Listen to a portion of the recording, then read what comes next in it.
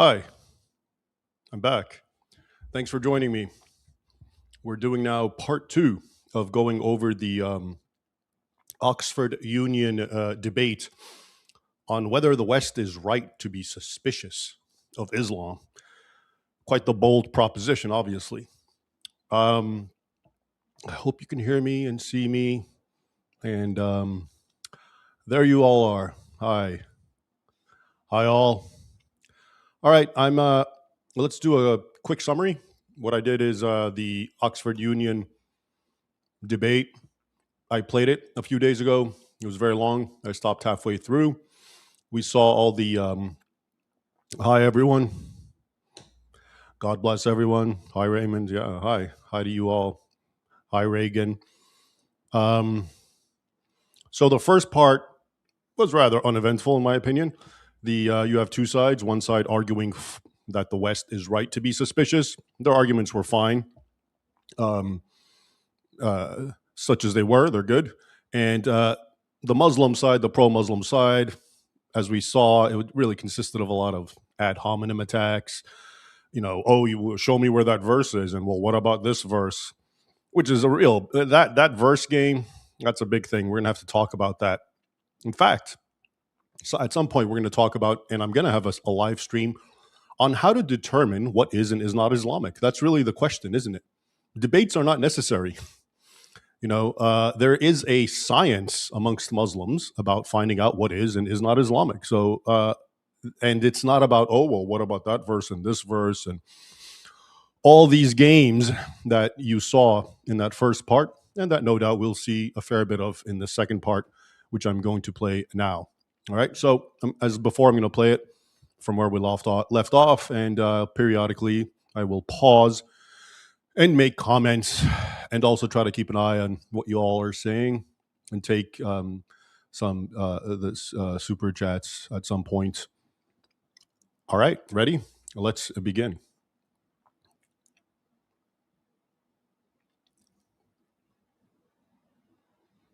And we can arrange that later on. It's Hamog. And I now call upon the president. Why is it quiet? Where's the audio? It's mute. To continue the case. All right, stand by. I'm sorry for all these technical difficulties. That was bad enough last time, but let's just double check on something here.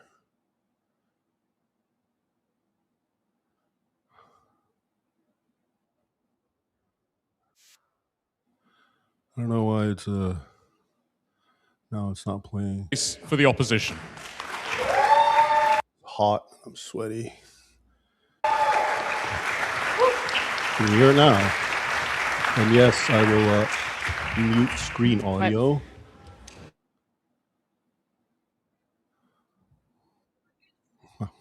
Let me know if this works.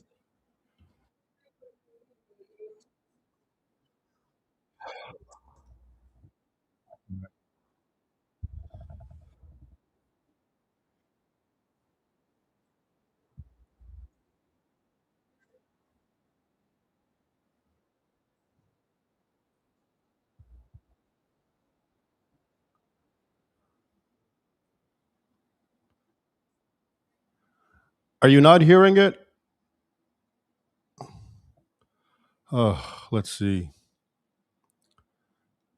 Can you hear? Tonight and tell you your anger is wrong. Are you hearing it now? I'm not going to dismiss you as a racist for asking honest questions about a country that has stopped working for you. And that is why I wanted this debate to be held, because we have seen what happens when people's anger goes unaddressed. It does not disappear. Yes. It looks for somewhere to go. And there are people in this country, people on that side of the argument, who have made it their business to be standing there when that anger arrives, ready to point it in a direction that serves them and, believe me, hurts you. The proposition does not have a monopoly on that anger. Mr. Robinson and Mr. Fox have built careers directing that anger at easier targets, scapegoating Islam and Muslim communities, not because we are the cause of your suffering. Hey, sorry, I'm going to rewind this just because we did have that audio difficulty and I haven't been paying attention. And it may be that she's saying something of are, importance. why their rent is unpayable, why they cannot get a GP appointment, why the country they knew is not the country their children are inheriting. I'm not going to stand here tonight and tell you your anger is wrong. The ex-president is also raising a point of order, I think. Just it's helpful to include the extra I promise this won't happen again. All right, here we go. There we go. Right. There is anger in this room tonight. There is anger in homes and on streets and throughout communities that no longer feel safe and no longer feel like they matter. Anger from people who feel that no government in any party in a generation has told them the truth about why their lives are the way that they are, why their rent is unpayable, why they cannot get a GP appointment, why the country they knew is not the country their children are inheriting. I'm not going to stand here tonight and tell you your anger is wrong. I'm not going to. I thought the anger and the questioning was about Islam and the stabbings and the beheadings and the gang rapes, etc. Is she saying the anger is about the economy? Just something to keep in mind. Dismiss you as a racist for asking honest questions about a country that has stopped working for you. And that is why Well, that was an odd kind of connection. The country stopped working for economic and political reasons, and yet she still managed to bring in the word racist. If it's just about economics and kind of domestic problems, why did you go with the racist thing? What's that about?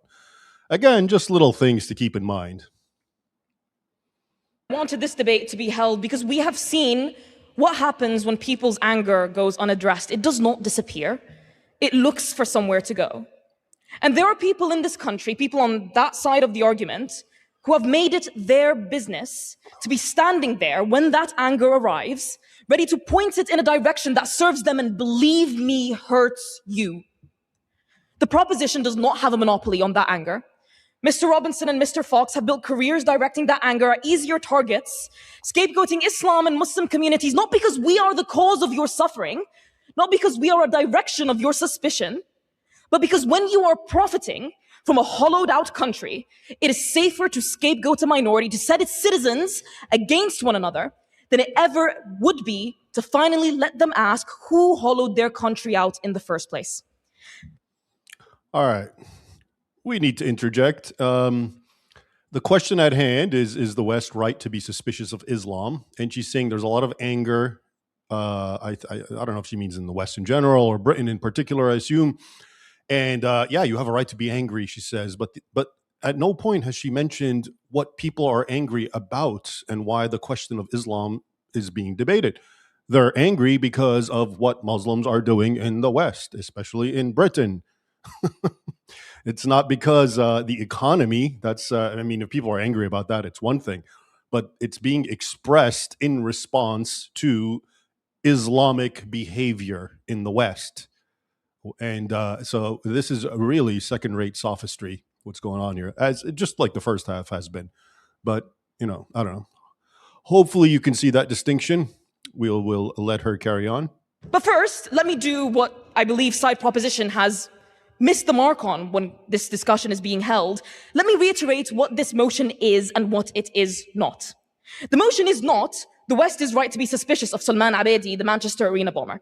The motion is not the West is right to be suspicious of jihadist ideologies, of Al-Qaeda, of ISIS, of the examples that you've presented.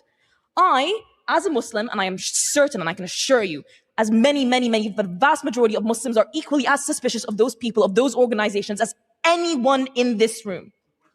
Let me get to my introduction. And they clap. Let me get to the motion. The motion is the suspicion of Islam itself, not some caricature that has been painted by Lawrence or by Tommy, or from selected verses in the scripture without context, without understanding, without reference to any of the... It's Islam itself and not the sheikh she mentioned, not ISIS, because when ISIS and this or that radical says or does whatever they say or do that is problematic, they justify it by quoting Islam.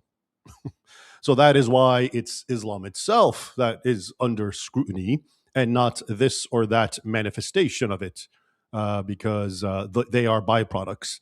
From the Muslim Brotherhood to ISIS to the lone wolf stabber, to whatever. These are all reflections and side effects of the root cause. You have to look at the root cause. That is why it is Islam. But notice she's doing the outrage thing, kind of like, it might be understandable if you are being suspicious of ISIS, but you are being suspicious of Islam itself. And no doubt right now she's going to unload about how this is a religion of 8 billion people. Most of them are wonderful people, et cetera, et cetera. So let's let her carry on. Verses that preceded it or came after it. It is not selective understanding by people who do not believe in Islam. The people who behead, the people who wage wars, the people who attack, and the people who stone and behead, these are not followers of Islam. The motion is about Islam. Wait, I don't follow. The people who stab and behead and say they're doing jihad, that's not about Islam?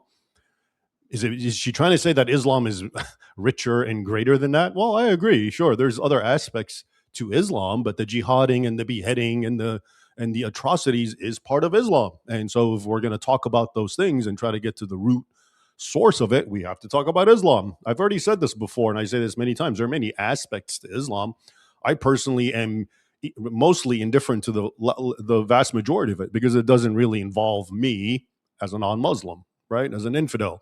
What Muslims do amongst each other, confined to each other, is whatever that is. So I don't need to talk about that, condemn it, praise it, or anything. It's neutral. Do your own thing. But the things that we are talking about, as she just mentioned, the beheading and the jihad, in short, well, that's part of Islam. What do you want me to tell you? And therefore, I have to look and scrutinize Islam itself as a body of teachings, not by saying, oh, all of it is therefore bad and horrible and must be condemned, but we have to get to the source. And if it is part of Islam, it is part of Islam. If one part of it makes it suspicious, then we have to be suspicious of the whole thing. Again, which doesn't mean that the whole thing is bad, but you have to look at the whole thing because it's part of the whole thing.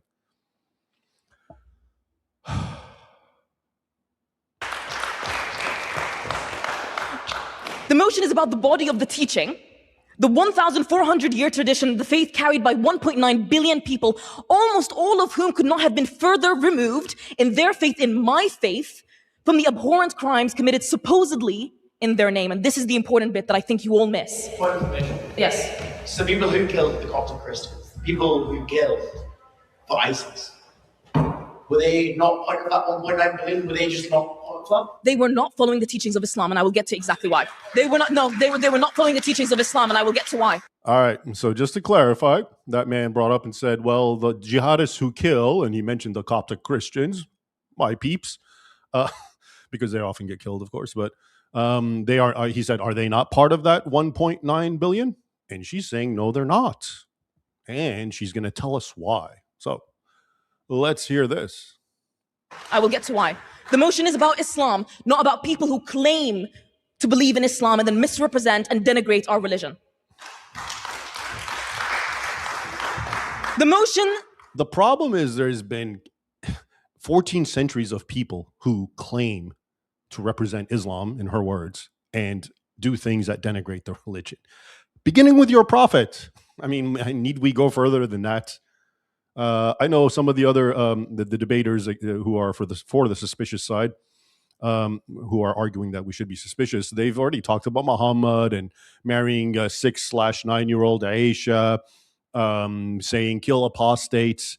Okay, that is your religion. It begins with the founder, and then we can continue with a direct line for 14 centuries of people acting exactly that way, identical. And then they justify by saying our prophet did this and he said it. And the Quran says he's the most excellent man. And we have an example in him. We have to follow him. So can you start to see how just ludicrous what she's trying to say is? But that's it. They have no argument. So they just have to do this. Is that the body of teaching itself is the cause of those atrocities in a way that Christianity, Judaism, Hinduism, and even secular ideologies are not the causes of their own. That our faith is inherently incompatible with and in fact are a danger to British society, its values, its traditions, and its culture.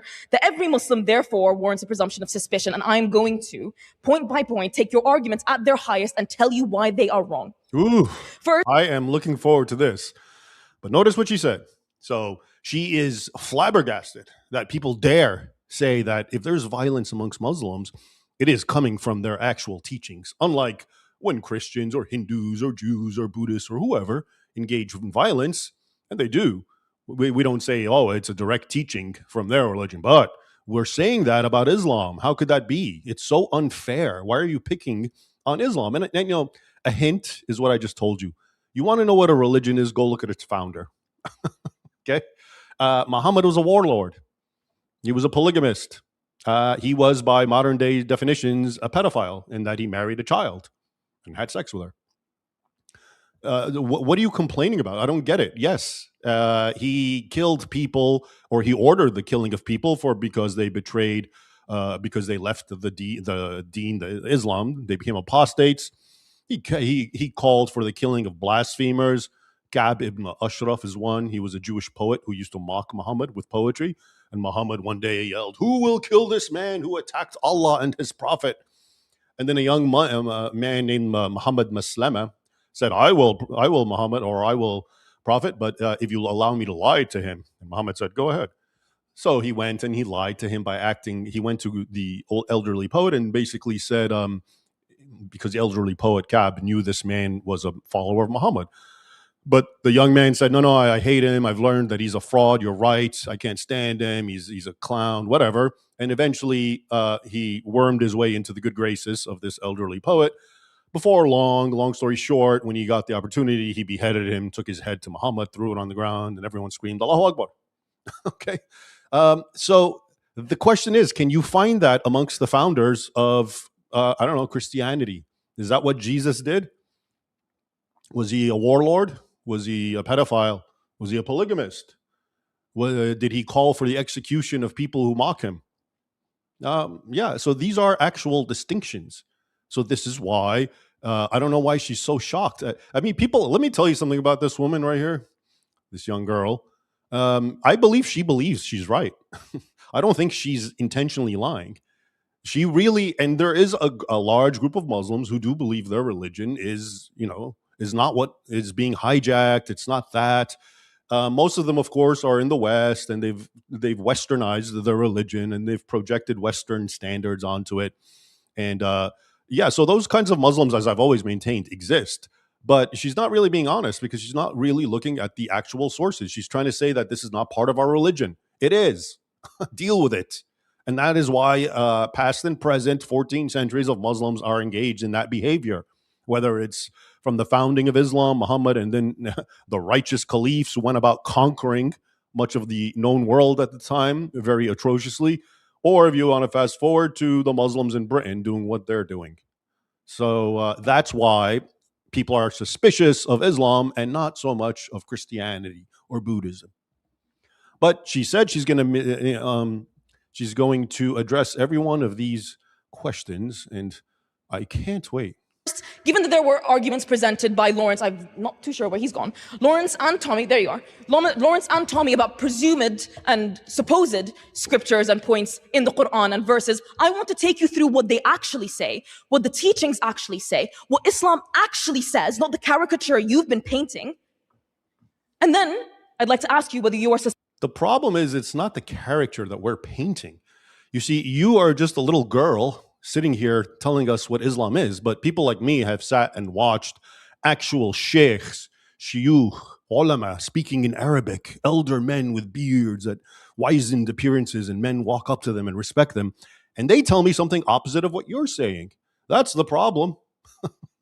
But carry on. Specialists of those values and those cultures. The claim that the Quran is a manual of violence and that mainstream Islam is therefore inherently at war with and in contradiction with Western values is what I've heard tonight. You will have heard, for example, both from JL and Tommy Robinson, that the proposition calls the sword verse, kill the unbelievers wherever you find them. What you will not have heard is the verse immediately before it, which exempts anyone who has kept a peace treaty with the Muslims. You would not have heard the verse immediately after it, which orders Muslims to grant safe passage to any non-Muslim who asks for it and to escort them to safety. You will not have heard that every major classical commentator on the Quran across 1400 years and every Muslim that actually follows the scripture agrees that the verse was about a very specific group of Arab tribes who had signed a peace agreement with the early Muslim community and then broke it in the middle of war in 17th century Arabia. Now, that is either a big fat lie or a lie of absolute ignorance on her part. Every single Muslim commentator thinks that that verse is just about a particular incident. Well, of course, every Quran verse, it's known that they are part of an incident, but they take on a transcendent quality. Okay. And I wonder, she probably won't mention the all important doctrine of al-nasikh wal-mansukh, the abrogator and the abrogated, without which Islam and the Quran is absolutely meaningless, and which is why Muslims actually came up with this methodology a long time ago. Because without it, the Quran makes absolutely no sense because it jumps around and gives different commandments and there's a different tone, etc., etc. But the sword verse that she mentioned, 9:5, no, this in classical Islamic jurisprudence is known as having abrogated something like 120 peaceful verses. So abrogation, once again, I think I may have touched upon it in the last one, but it's a very important topic, and I'll definitely be talking about it again more methodically. But what it is the older verses, you look at the Quran, it doesn't make any sense. It's not even put together in a chronological order. And if you read the teachings or the words or the injunctions of the Quran, it won't make sense because, yes, some of them sound violent. Then some of them talk about tolerance. Some of them make it sound like Christians are good. Then some of them make it sound like, no, they're bad. Fight them. So which is it? Well, as it happens, these were all, yes, revealed, as Muslims believe, during different circumstances and situations in Muhammad's life. And as it happened, Muhammad in the beginning of his career was weak, didn't have many followers, had no choice but to be tolerant because he couldn't do anything about it. In fact, he was the one, according to Islamic lore, who was being persecuted by the Quraysh, and that's why he fled Mecca and went to Medina. All right, so if you look at those early verses, they're known as the Medina verses. No, sorry, the Mecca verses. They are the ones that she is talking about. But then he goes to Medina, becomes a warlord, and then goes on the offensive because Allah told him in the Quran or through Gabriel as it was revealed to him. Those are the militant verses. Those are Quran 9:5, Ayat al-Sayf, the sword verse, which is, when you read it, sounds like all out war. Okay. And her point about the context and the verse before it and the verse after it doesn't really change that the verse is calling for all out war. All it's saying is there's certain caveats, and if they surrender, so we still have to surrender, right? It's not that, they have their own religion. No, if they surrender, then you can be good to them, et cetera, et cetera. But that verse, all the verses that she's probably going to rattle about or touch on or mention, according to the classical jurists, and there is ijma or consensus on this, have abrogated the older verses, which is not necessarily to mean the older verses have no more applicability for Muslims. It means that if you are in Muhammad's situation and you are weak and outnumbered and living amongst the infidels, well, yeah, you should learn to get along and preach tolerance, and you have your religion, I have my religion, that sort of thing. But once the circumstances change, well, then you should change as well, and you should, just like Muhammad, go on the offensive. And this is it's such an ironclad, well-known thing, and this is what I mean when I watch actual clerics speaking in Arabic, talking to Muslims, not debating with naive Westerners and trying to show them how my religion is peaceful. After all, that's what they all say. It would be a joke to hear what she's saying in an actual all Islamic context. Anyway, let's let her carry on. It is dishonest. It is dishonest. Yes, you are. To stand here. No, let me finish. It is dishonest to stand here and selectively quote and misrepresent and misquote. Let me get to the end of my point and I'll get to you. Let me get to the end of my quote and then I'll get to you. Let me get to the end of my. It's amazing that she keeps talking about it's dishonest to selectively represent. That is exactly what she's doing. She's not talking about the codification of Islamic law and how it's done. That is to say, not by cherry picking verses, but looking at them and engaging in different scientific, as they call it, methods, such as what I told you about the abrogation. She's the one who's cherry picking and saying, "Oh, look, but there's good verses," which is totally irrelevant because that wouldn't make sense at all from the perspective of codifying Islam through Islamic law, which we'll talk about. So yeah, she's basically projecting, Point and that I'll get to. she's doing what Factual information has been declined, Mr. accusing Church others of. It is not and has never been read by the scholarly tradition as a standing order for all Muslims in all centuries against everyone who does not share their faith. It has never been the case. And anyone who says Lie. Big fat lie. It's never been the case. Okay, so now I think she's a liar because this is too wild. Because ignorance would not even say that because you don't know if it's. Have you been there for 14 centuries? You've read every single text that ever was produced by Muslim scholars and clerics, and you haven't found a one reference of one Muslim saying that it's been this way. Okay, so yeah, you're obviously taking liberties and lying. But if it hasn't been that way, explain to me how Islam spread around the globe, which is through jihad and violence. I mean, that's my field now, history. I know that's true. Muslims boast about it. That's how every single country, virtually, that is Islamic, was not Islamic once upon a time, and it was conquered. And its denizens were given three choices according to the other sword verse, Quran 929, fight the people of the book until they pay jizya and feel themselves humbled and subdued, unless they convert to Islam, or fight to the death. That is the spread of Islam. Everyone knows that. Muslims teach that. They're proud of it. They're known as al-futuh, the openings, bringing the light of Islam to the heathen nations. Again, I just marvel to what extent is this, is this just naivete? Is this just intentional lying? I'm starting to think it's a little bit of both. But anyway, let's go. that they follow Islam and have committed those crimes in that name, in that verse, is a liar and not a follower of our religion. I guess that makes Muhammad a liar and not a follower of your religion. Because he was behind and he agreed to and he commanded many of these things. That's what your hadith tell us. That's what the Sirah says. I already told you. I was reading the other day. One of Muhammad's wives. I think she was Jewish, and he killed her father, and then he tortured. He had her husband tortured to find the hidden treasure, and then he married her. And then there's a hadith where she says, of all the people in the world, the most I hated was Muhammad. Gee, I wonder why. Now, I would bet that this woman would say that is horrible behavior. That is so un-Islamic, torturing people for treasure and killing their father and husband and then marrying them, i.e. raping them. That is not Islamic. Well, your prophet did it. I mean, what do you want me to tell you? It's in your book. Are you denouncing the Sirah, the biography? Are you denouncing the hadith? Well, if you do that, guess what? You've just left the Islamic body because it is totally Islamic to accept the Sirah, the biography, and the hadith.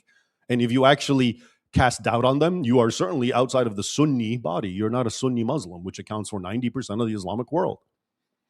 So what are you talking about? That, if someone does anything that by Western standards, which didn't even exist in 7th century Arabia, or throughout most of history, actually, that if they do that, they're not real Muslims.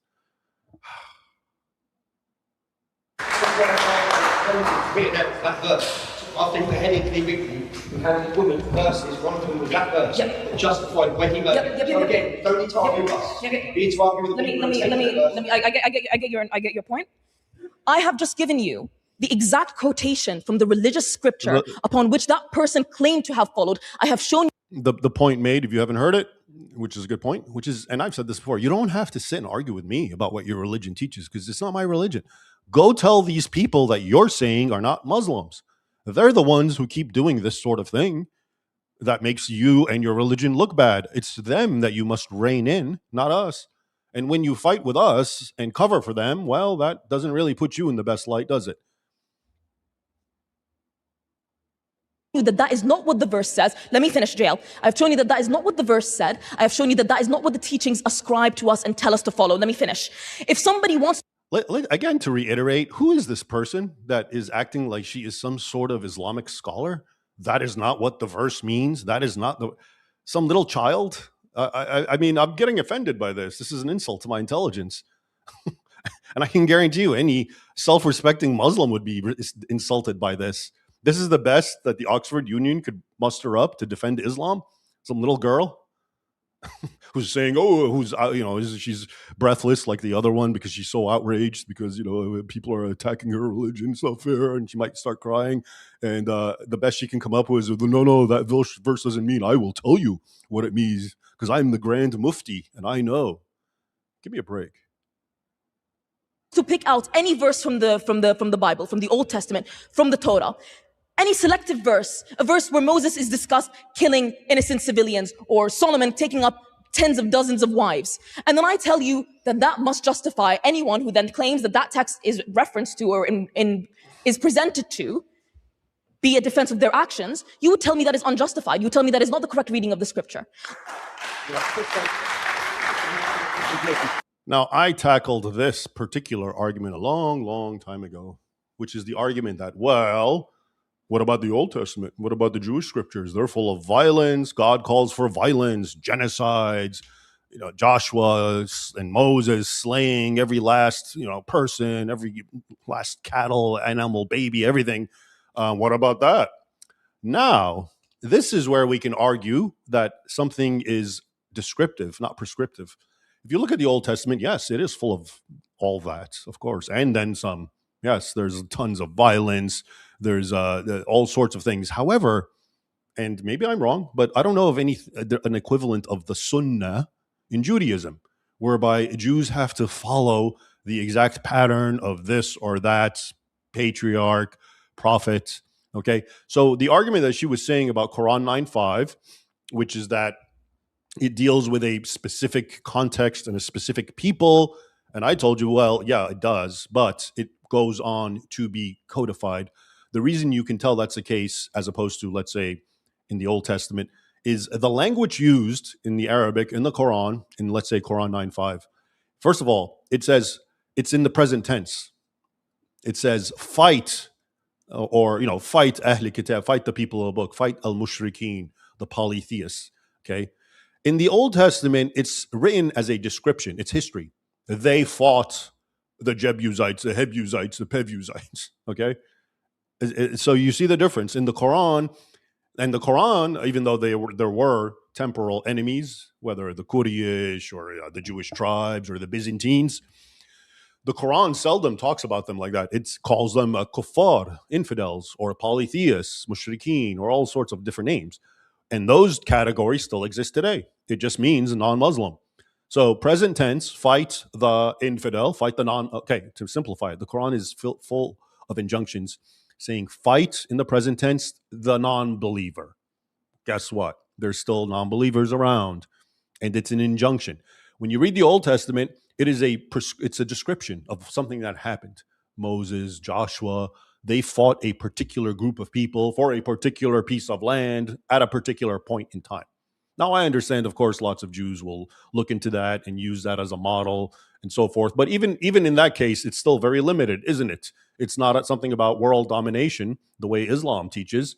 That is part of Islam. The Quran even talks about spreading Sharia, spreading Islamic governance around the world.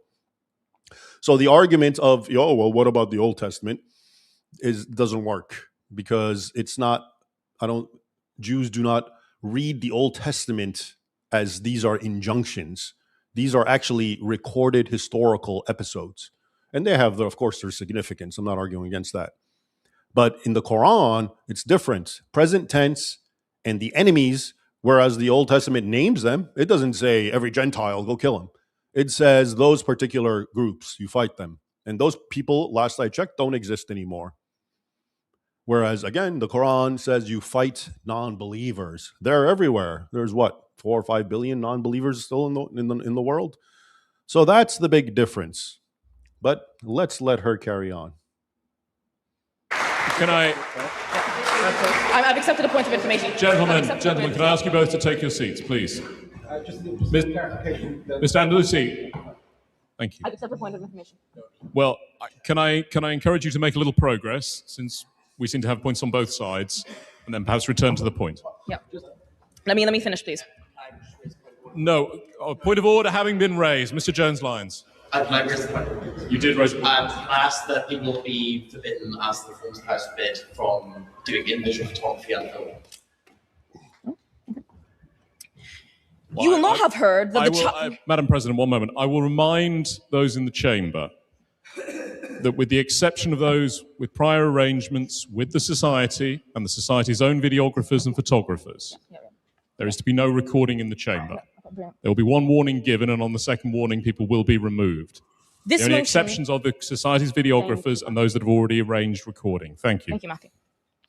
This motion is not about non-believers, people who say they believe in Islam but don't actually follow its teachings. It is about Islam. And I would urge you all to follow through with that motion, with that wording, and actually scrutinize the religious teachings for what they actually are and not for what you want them to be to fit your narrative. Let me get to my point. Thank you. You will not have even heard that the verses that you are quoting come from a chapter in the Quran called repentance. Not conquest, not war, repentance. That it is the name the book itself gives to the chapter the proposition will tell you is a manual for killing you. Another claim we have heard tonight from Tommy Robinson is this: whoever changes his religion, kill him, from Bukhari. That sounds absolute, but it is not. The Hanafi school, followed by most British Muslims, in fact, most Muslims across the world, has long held that this only applies to those who leave Islam and wage war against communities. Wage war. It is not just, it is not honest, it is not just, and it is not honest to cherry pick quotes and verses. I will get to you. Let me get some progress, please. Let me get to make some progress, please. And then when it comes to the verse supposedly enabling violence against women, actually, let me... Hold your horses. She claimed to address a very important hadith in Sahih Bukhari, which means it's a canonical hadith, which was brought up and which I've been talking about too, which Muhammad said, whoever changes his religion, meaning whoever leaves Islam, apostates, kill him. Her response is something about the Hanafi school actually has certain caveats to it. Okay, well, we can look into what the Hanafi school is, but the Hanafi school is one of 4 schools. So I assume she's accepting that the other 3 schools, which we can say, 75% of Islam, does agree that you kill the apostate. Interesting, she just jumps away from it as if that's been answered because one of 4 schools is not as categorical about it as the other 3. So that, I guess, answers the question. What about the Hanbali school, Maliki school, Shafiqi? What do they say about he who leaves his religion? Oh, they say kill him, right? But hey, the Hanafi, there's a caveat. It's who wages war, which, by the way, in Islam, waging war doesn't mean waging war. Speaking against Islam is seen as waging war. All right, anything that creates fitna is waging war. And when you leave Islam, that does create fitna because it creates doubt in the believers' minds. Oh, one of us actually left our religion. Is it not good enough? So even that is not what she's saying. So kind of interesting. Oh, I've answered this really important hadith by not answering it. I'll leave that for, you haven't mentioned it, so I won't bring it up. But if somebody were to mention the verse on that supposedly enables violence against women, all that verse is hung on is one word in Arabic, which commentators like yourselves have latched on to mean beat them. That word has 20 different meanings in Arabic. Major scholars do not interpret that word. Oh, here we go again. Why are you saying we and commentators? That is what the word means. That is how translations, if I go look up, okay, you know what? We'll do it too, but let her finish. To mean the worst and harshest possible interpretation. The Prophet himself, whom you say we believe is rightful and we must follow in his example, said himself that he disliked men who hit their wives. So just preempting any arguments that were put in that direction. Let me please finish. Jaya. The same pattern shows up with the hadith you mentioned about Aisha and the marriage. The claim that she was 6 at marriage and 9 at consummation. Except what they don't tell you is that the source who provided that recollection is not seen as concretely reliable, that the author of one of the earliest and most revered collections of hadith in Islamic law, Imam Malik, did not accept this narrator's report, and that various reconstructions, including from the Yaqeen Institute, put her age as far, far older. English common law, however, set the age of consent at 12 until 1875. Canon law permitted marriage from puberty.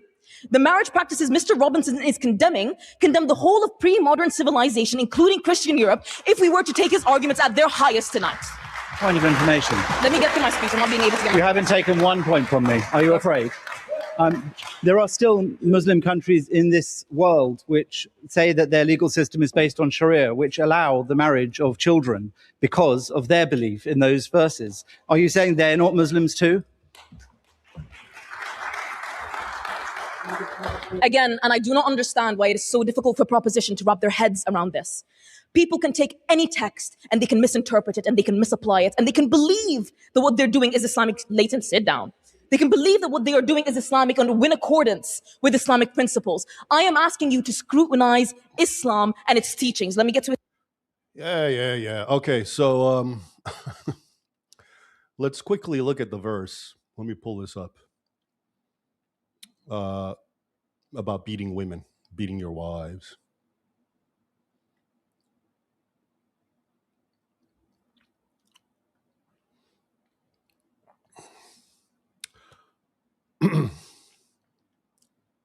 All right, you see that? This is Quran.com. A lot of you people ask me what Quran translation I should read. This is among the better ones. It's an online. There's probably, you can get it as a hard copy if you want. I like it because it has the Arabic as well. Now, let's look at what it says. The point in question is here. If you sense ill conduct from your women, advise them first. You see these brackets? Okay, that means that word's really not there. And most Quran translations are not that honest. They'll put words in that sort of soften the meaning. And whereas this one at least is honest enough to put a bracket, right? So advise them, and then if they persist, do not share their beds. But if they still persist, then discipline them. Ooh, look, gently. But that word is really not there, is it? All right. Well, where is the word discipline here? I'll go home and feel the most low. Oh, okay. Here, you see this word, right? Oh man. All right. Okay, this word right here. Look, even when I put it, something came up. Okay, it's this word adrabuhun. Okay, coming from the word daraba. I hear the word daraba, idrab, adrabuhun. That means hit someone. Okay, that's all it means. And if you highlight it, you see they're giving you this, and it says, and strike them. Okay, well, that sure looks better than what's written here, which is discipline them gently. So even this Quran, which I've been recommending, and it seems like it too has been tempered and tampered with. So the verse literally says, okay, and by the way, all this like first do this, second do that, third do that, that's not in there either. You're basically supposed to do all of these. If your woman is not, obeying, don't share their beds, and then beat them. Not gently, strike them. Idrabuhum. So the question to her is, why are you saying, oh, we got these commentators who are saying this and that? It's your language. It's Arabic. This is what it teaches. I know it. Everyone who knows Arabic knows this. The word is beat. Okay, you are lying openly. Shame on you. And here you are breathlessly screaming about how others are lying. Disgraceful. Well, I'm going to rewind her a little bit because I got carried away looking up the beating thing. Turn shows up with the hadith you mentioned about Aisha and the marriage. The claim that she was 6 at marriage and 9 at consummation. Except what they don't tell you is that the source who provided that recollection is not seen as concretely reliable, that the author of one of the earliest and most revered collections of hadith in Islamic law, Imam Malik, did not accept this narrator's reports, and that various reconstructions, including from the Yaqeen Institute, put her age as far, far older. English common law, however, set the age of consent at 12 until 1875. Canon law permitted marriage from puberty. The marriage practices Mr. Robinson is condemn the whole of pre-modern civilization, including Christian Europe, if we were to take his arguments at their highest tonight. Point of information. Let me get through my speech. I'm not being able to get You my... haven't taken 1 point from me. Are you afraid? There are still Muslim countries in this world which say that their legal system is based on Sharia, which allow the marriage of children because of their belief in those verses. Are you saying they're not Muslims too? Again, and I do not understand why it is so difficult for proposition to wrap their heads around this.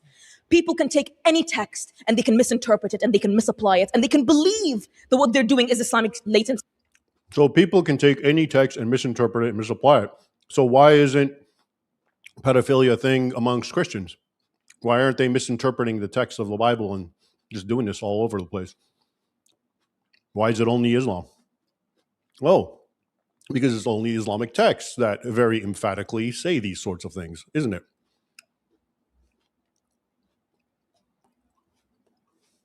Sit down. They can believe that what they are doing is Islamic and in accordance with Islamic principles. I am asking you to scrutinize Islam and its teachings. Let me get to its point. The people who misquote, misrepresent, and take Islam at its worst, and then try and purport that they are Muslims and they are following the teachings of Islam, are people you should be suspicious of. I have no doubt. But that is not suspicious of Islam. We're talking about violations. Can I finish, please? We are also told Muslims are meant to follow the Prophet's example. Fair enough. But then key parts of that example quietly disappear in the arguments presented by Tommy and Lawrence and the rest of the bench. The Constitution of Medina, drafted and delivered by the Prophet, set up a community of Muslims, Jews, and pagans living together with mutual obligations and religious freedoms. Quote, the Jews are a community along with the believers, to the Jews their religion, to Muslims theirs. It is right there. It is right there. Another treaty was with the Christians of Yemen, protecting their churches and clergy, not mentioned anywhere. The Prophet's final sermon 2 months before he died went as such: there is no superiority of an Arab over a non-Arab, or a non-Arab over an Arab, or a white over a black, or a black over a white, except in piety. Not mentioned anywhere in any of the arguments that you are going to present, because it does not fit your narrative. I'm gonna run out of time. Please bear with me. By the way, may I say that when a debater gets emotional, it really weakens their position. And this woman and the one before her are highly emotional. And it's just, it takes away from any semblance of objectivity. So again, one more reason they should have tried a little harder and gotten someone better to represent Islam. But then again, maybe this was the best choice, because if you want to continue exploiting and manipulating naive Brits, well, you show them a young, sassy girl, and she's going to tell you what Islam is all about. And yeah, you'll believe her, right? From the Quran's own lines in that chapter that I quoted to you, which is called, "O disbelievers, for you your religion, and for me mine." Somehow that does not make the cut. After a while, the pattern becomes obvious. The case works best when certain texts stay off the page. You can do the exact same thing with other scriptures. Deuteronomy 20, when you take a city, save alive nothing that breathe. Numbers 31, kill all the boys and kill every woman who has slept with a man, but save for yourselves every girl who has not. Let me finish. You can build a very dark picture that way, but that is not how Jews and Christians read their scriptures. I extend that generosity to my Christian brothers and my Jewish brothers and Jewish neighbors. I'm simply asking that it be extended tonight to mine. Can I please get through my speech? I will get back to you. So let's actually see, because you've said, how do people take that religion and that scripture and how do they apply it in their day-to-day lives? I'm not going to deny that there are people who try to understand that, fail, and try to use that as a cover-up for atrocious and abhorrent actions. Those are not Muslims latent, for God's sake. So let's see how those religious teachings translate into actual Muslim attitudes. Opium, last year, 85% of British Muslims back democracy as the best system of government. The general public, 71%. 94% back equal treatment under the law for all faiths and none. The general public, 80%. 7 in 10 say they feel loyal to the United Kingdom. The general public, 1 in 2. 8 in 10 interact with non-Muslims at least weekly. 9 in 10 stay standing against bigotry, including anti-Semitism, matters to them. 4 in 10 have served themselves or through family in public service. On every single one of those measures, British Muslims are more committed to British values than the British average. These are not numbers from a community at war with this country. These are numbers from a community holding the line on the values this country claims to believe in. Well, the proposition tells you we are a threat to them. Again, moot point. Just because Muslims may agree with certain aspects of Western or British culture or society, especially the moral conservative things, and they often do, to their credit, I agree. That doesn't change the fact that there's these other problematic aspects to Islam, which is the whole point. Are Westerners allowed to be suspicious about the other aspects? It's not always a total thing. Oh, I told you. Yeah, not every. I know there's people who think this, but I don't think Islam from top to bottom is just pure evil. I think there are problematic portions and aspects, and then there's other parts, a lot of them, which I would say are just neutral cultural things that if Muslims want to do it to one another, have at it. Okay. And as it happens, yeah, there's a lot of Muslims who, or Islam itself, is very favorable towards conservative type measures. So yeah, that's true. But we still have the other issues, don't we? I'm the Muslim, you're the infidel, you are therefore second class citizen, and I have to subjugate you, and I can lie to you, and I can manipulate you, etc., etc. That's still there. So nice try. And exactly the same pattern shows up when we turn from opinion polls to crime statistics. The story you are being sold about Muslim crime looks very different once you see the whole pictures, including, for example, grooming gangs. And please do bear with me, I've been interrupted for quite a bit. For the grooming gangs, the abuse happened, the girls were real, the failures were real. I will not minimize any of it. And as a Muslim woman, I am not here to do so. In Rotherham, Rochdale, Telford, the offender public's profiles on the headlines were dominated by British Pakistani Muslim men. That is true, that must be spoken about. But there is another truth that must be named alongside it. Those girls were working class. Working class girls in towns that had already been told their problems did not matter, failed by police officers who did not come, councils who... Look how she immediately concedes something which is really important, and then she just ignores it. The overwhelming majority are Pakistani men, and that's true, and we should talk about it. And then she jumps on, oh, but it was something else. It was the police failing them, which is true as well. But that doesn't exonerate the fact that it was mostly Pakistani men, does it? And that is why people are suspicious. That's why people are angry, not because of the economy, but because of that. And yes, to be sure, they're also upset by the two-tier system in the police and what she's going to say about the working class sort of hierarchical indifference and all that. Yeah, that's true, but it doesn't change the fact that Pakistanis, i.e. Muslim men, were responsible for this. And it's not always Pakistani men. It's Pakistani men because in England, most Muslims just so happen to be Pakistani or Indian, which to British people are all Pakistanis probably because they're Muslims. But if you go to other European nations, you see the same dynamics, the same exploitation, manipulation, and rape of white women. And it's not by Pakistanis. It's by Syrians or Iraqis or someone else or Africans. And it just so happens to be because that's the majority Muslim demographic in that particular country. Let's say Sweden or in Germany. Remember the New Year's Eve, 1,000 women sexually harassed, raped, or that whole thing? Well, most of those men were migrants who were not Pakistani. Anyway, it's so obvious how, she concedes certain things because you have to, and then she just throws them away as if, oh yeah, but what about this? Looked away, institutions that decided their suffering was not worth the paperwork. Class contempt is what allowed this to continue for decades, and no girl, no working class girl, no girl of any background should ever have to learn that her pain is an administrative inconvenience. What Mr. Robinson never shows you and what the rest of the bench will never tell... Again, to reiterate, yes, the class contempt, I've heard this before, was part of it. Does that change the fact that the ones who did this were Muslim men, overwhelmingly, something like 90%? Isn't that the issue that we are discussing? Because the topic is the West right to be suspicious of Islam? So, yeah, it's multifaceted. There's all different aspects to any kind of phenomenon, but we are talking about something very particular, and you've just jettisoned it and ignored it, and you're now... So this is another classic smokescreen. Talk to you about is that 81% of child-based sexual offenses were most commonly committed by white men. The government's own 2020 review of group-based child sexual exploitation said two things very clearly. First, that group-based child sexual exploitation offenders, let me please land, are most commonly white. I'm getting to that point. And second, that the data are too poor to show that any ethnic group is uniquely predisposed to offending or overrepresented as perpetrators. That answers your point. I hope you heard it.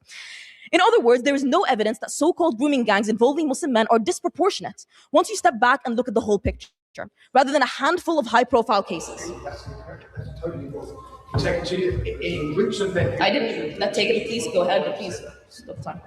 Go for it. Groups of men rape children. Groups of men. So there's two different types of people here. There's individual vote, which you said was 81% white.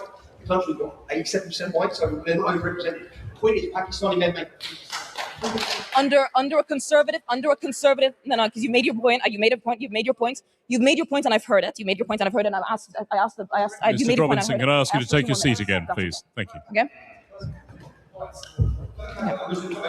A conservative government inquiry into a conservative government inquiry into the proportion of grooming gang-related crimes committed by all groups found. Mr. Robinson, I must ask you to take your seat. The point has been taken. The president is responding. Right. Please do check the facts after this. Everyone here in the chamber is more than welcome to do so. I'm asking for 2 more minutes, if you'll allow me that. There are some other facts that the proposition will not give you. The first, that Muslims were among the dead in terrorist attacks, supposedly committed under the name of Islam. Muslims were among the doctors who treated the wounded, the paramedics who ran towards the smoke, the first respondents who held the dying. The proposition asks you to condemn a community it will not acknowledge was also grieving. The second, that Muslims are disproportionately represented among those who flag concerns to counter-terror programs. It is Muslim mothers who call the hotline, Muslim fathers who sit with police officers and say that something is wrong. The community the proposition frames as the threat is in practice one of our most reliable lines of defense.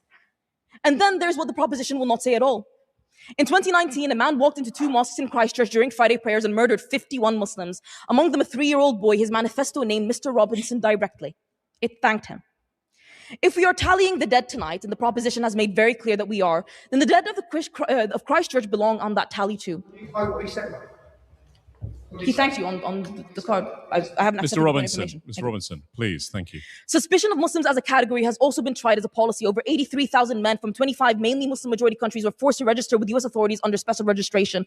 More than 13,000 were put into deportation proceedings. The number of terrorism convictions produced was 0. In the United Kingdom, between 2001 and 2011, fewer than 1% of terrorism-related arrests resulted in a conviction for a terrorism offense. It broke up thousands of families and consumed billions in resources, catching almost nothing. That is what suspicion of an entire community, of an entire category of people gets you. Nothing. Ooh. I'm going to skip over to my ending. Thank you. So when the proposition tells you that more suspicion makes Britain safer, I would like to ask them to look at the record. Not the theory, the record. And look to who they are telling you to trust. And this is important, because these are the people who are advocating for these points most. And it is important to know where they come from. In 2018, Mr. Robinson published videos claiming that Jamal Hijazi, a Syrian refugee schoolboy in Huddersfield whose assault on a playground had gone viral, was himself a violent bully. In fact, the video showed him being throttled and waterboarded by other people. Please give me a minute. Mr. Hijazi sued for libel. Mr. Justice Nicklin found Mr. Robinson's allegations were fake and highly defamatory and ordered him to pay £100,000 in damages. He did not go to prison for telling the truth about Muslim grooming gangs. He went to prison for lying about a vulnerable refugee child. Let me finish. Each generation of British Muslims is more educated, more politically engaged, more invested in this country's future. There are serious issues within some Muslim communities, and some of the most courageous people fighting those battles are Muslim women, doing it quietly, without a platform, without a hedge fund manager paying their legal fees. So let me end where I began, with my faith and with this country. The Prophet Muhammad hosted the Christians of Najran in his own mosque and invited them to pray there after debating them on a religion that they ultimately did not pick up. They did not convert to Islam. He guaranteed the Jews of Medina the protection of their religion and their descent. The book I believe to be the word of God says in plain Arabic, there is no compulsion in religion. For you, your religion, and for me, mine. That is the tradition that built me. That is the tradition that proposition is asking you to declare suspect. Free speech and debate is not something I do despite being a Muslim. It is something I do because of it. Hold on a second. So when I defend your right to read from my holy book in a voice dripping with contempt, when I sit through speeches calling my faith a danger and rise to them with evidence rather than writ, I'm not betraying my religion, I am practicing it. Half the team that built this debate are Muslim women. Do not let anyone sell you a false England, an England that was pure until the day your Muslim neighbor moved in. That England never existed. The real England is messier, it's kinder, it's more mixed. It is England where a Syrian schoolboy in a school playground deserves protection from lies, where 4 young people in Filton can oppose a weapons factory without being branded as terrorists, where Muslim... Did she just say there was no England without Muslims? That never happened before? maybe she's been watching these movies, where they show like medieval movies, ancient movies, and even in England and Scandinavia, there's black people, and is that what she's thinking maybe, or is she just lost again? Girl can walk to class without being treated as suspect. That England is still here. It is worth fighting for. So look at who is on which side of this argument tonight. Look at who is defending free speech and who is suing journalists. Look at who only a week ago was in his abode in Spain telling you that immigrants are the problem. And ask yourself the only question this motion has ever really cared about, not whether Islam is a danger to the West, but whether a handful of rich men get to convince you that your own neighbors are your enemy. Vote against this motion. My faith has survived empires. It will survive this evening.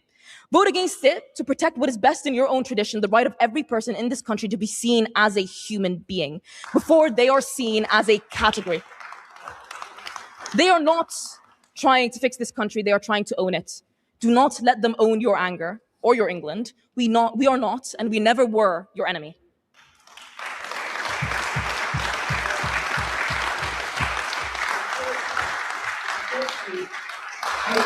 Millions of watchers at home. You made many accusations at the end about me. 167 million people watch my documentary. They know. I'll tell you probably not saying credit. Did you watch the film? Did you watch the documentary? No, but I read about the legal proceedings. Did you watch the documentary? I read about the legal proceedings. I read about the legal proceedings. You haven't seen the truth. So you distrust the court. You haven't seen the truth. You distrust one of the institutions. Mr. Robinson, Madam President. You watched the film like 160. Order. Thank you. Madam President, I think if I can ask you to take your seat, Mr. Robinson, I can ask you to take yours. And I call upon Mr. Jonathan Sacradotti to continue the case for the proposition.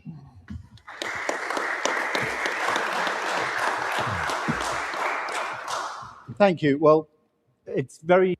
So just before we proceed, yeah, I mean, not much more to say other than now you know why I don't watch and I don't comment on these, because they're an utter waste of time.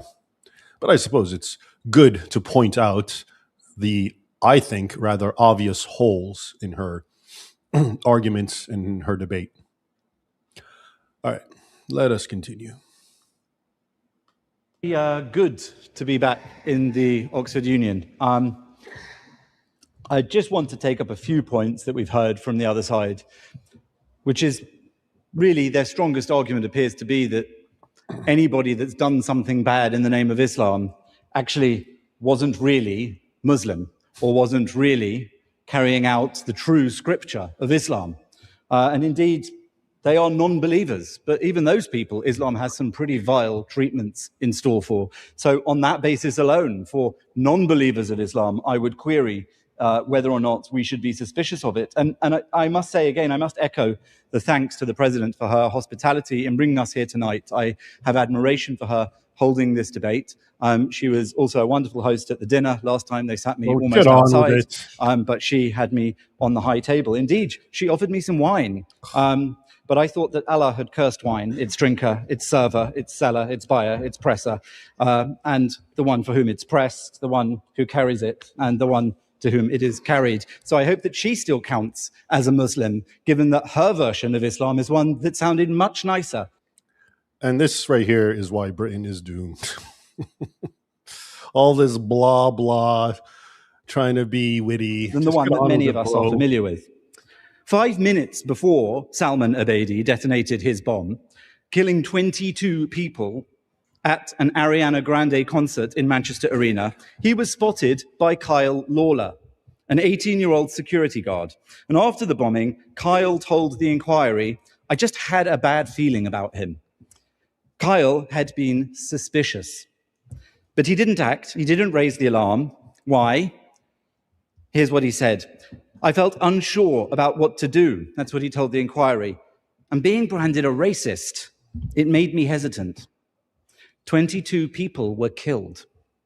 This is a lesson in ignoring suspicion. And it's one that the West needs to learn urgently. No, thank you. I've had phone calls this week from friends, family, colleagues. Some called to praise me for my courage.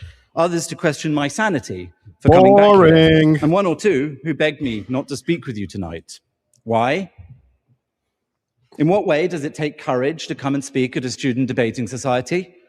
Why would it be foolish for my safety to debate at the invitation of a Muslim woman with two Muslim men and a mock Victorian Catholic knight? We all know why.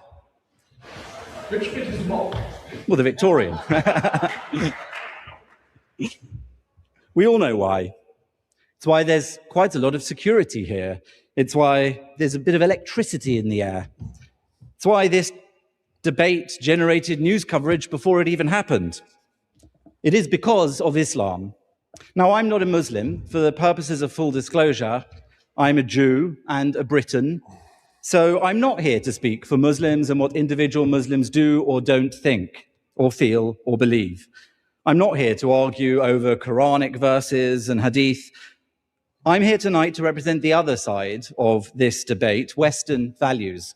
I'm here to talk about how Islam has encroached on our lives.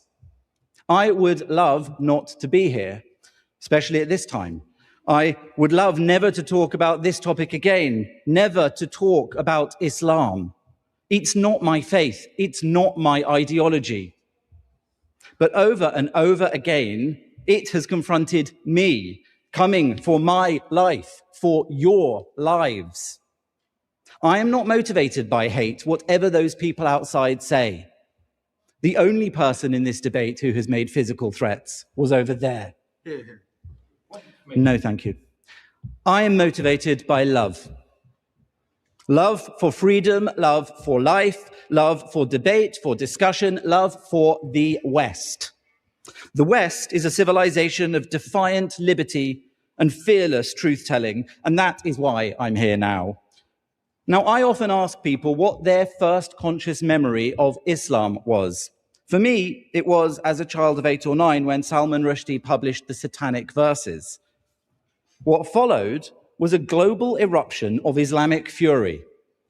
Book burnings in the streets, a death fatwa from Ayatollah Khomeini, and a trail of terror that crossed decades and borders. My own father, a bookseller who believed in the fundamental Western right to read and write even offensive ideas, was forced to sell copies from behind the counter for fear of his own life. Translators were stabbed, publishers shot. And over 30 years later, in 2022, a young Muslim assassin, Hadi Matar, nearly murdered the elderly Rushdie on stage in New York, blinding him in one eye, because he wrote a story.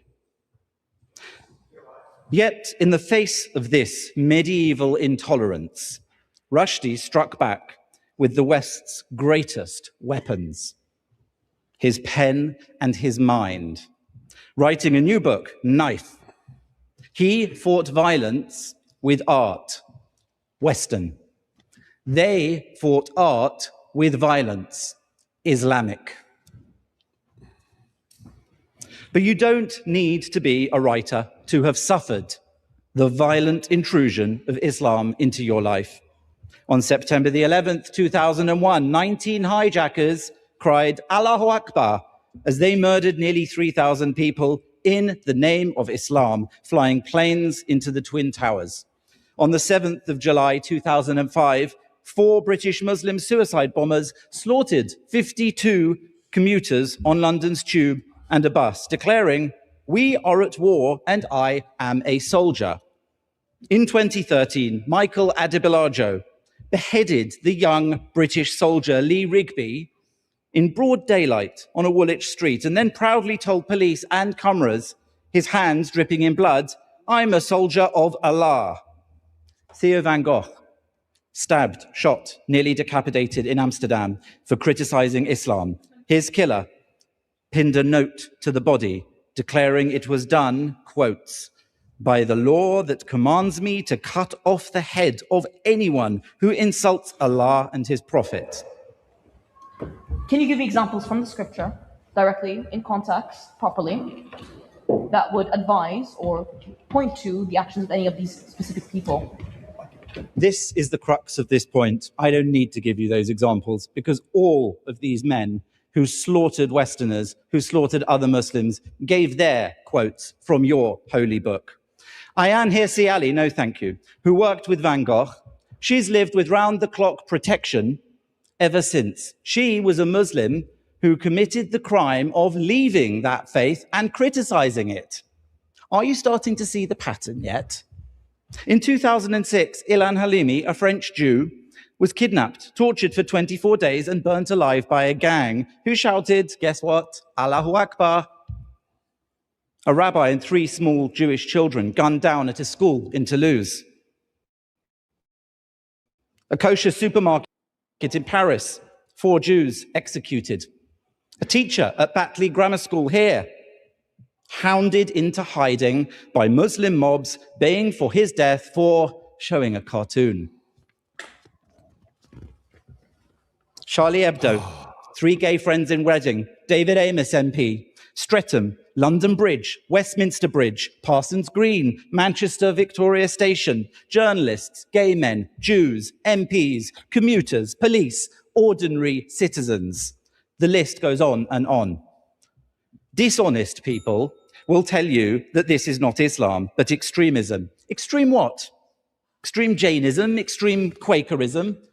The 2 converts to Islam opposite cannot deny that those killers were Muslim, following their Islamic beliefs. They said it themselves.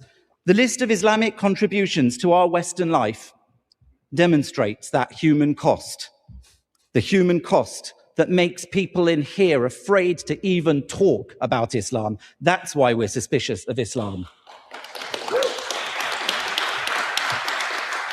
And don't worry, I know that Islam is not all violence. It's also political. In 1928, Hassan al-Banna founded the Muslim Brotherhood, a disciplined movement to reverse the fading of traditional Islamic life in Egypt, building an entire alternative Islamic society. I have another couple of pages, which I hope you'll give me the courtesy of.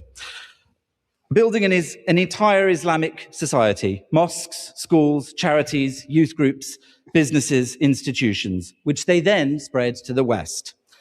And their devised strategy was one of patient Islamic transformation from within.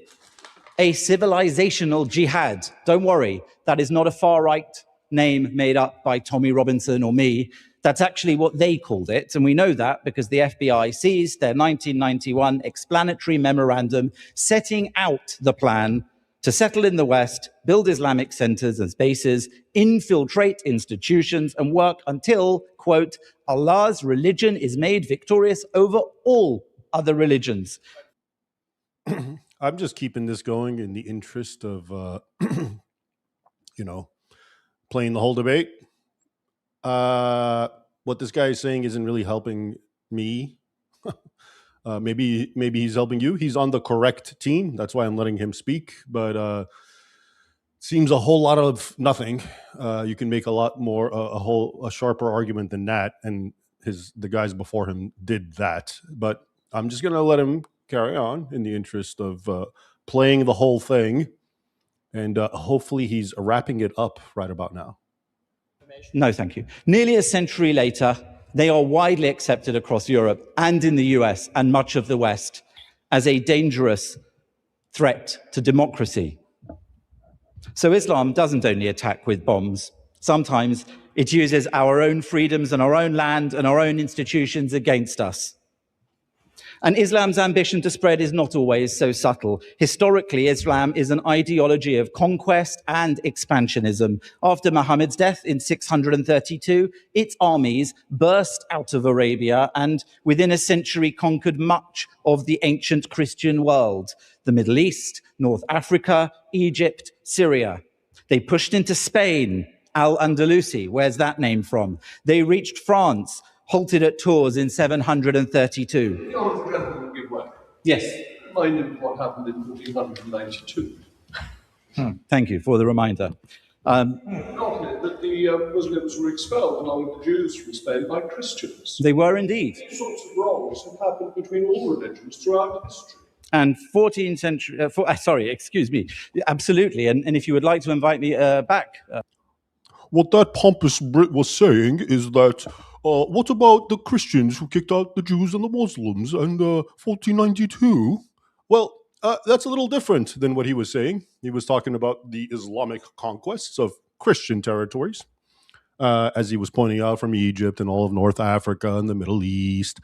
And then they conquered Spain, and they did a whole lot of atrocious things in Spain for centuries.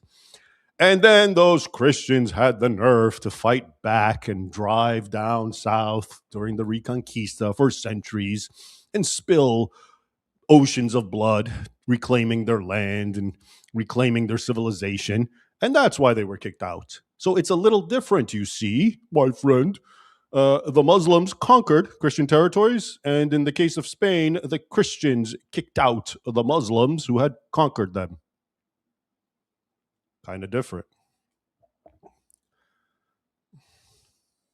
Sir Rees-Mogg, I would be delighted to debate your religion and your faith and the wrongs that it has done my people as well, but that is for another evening.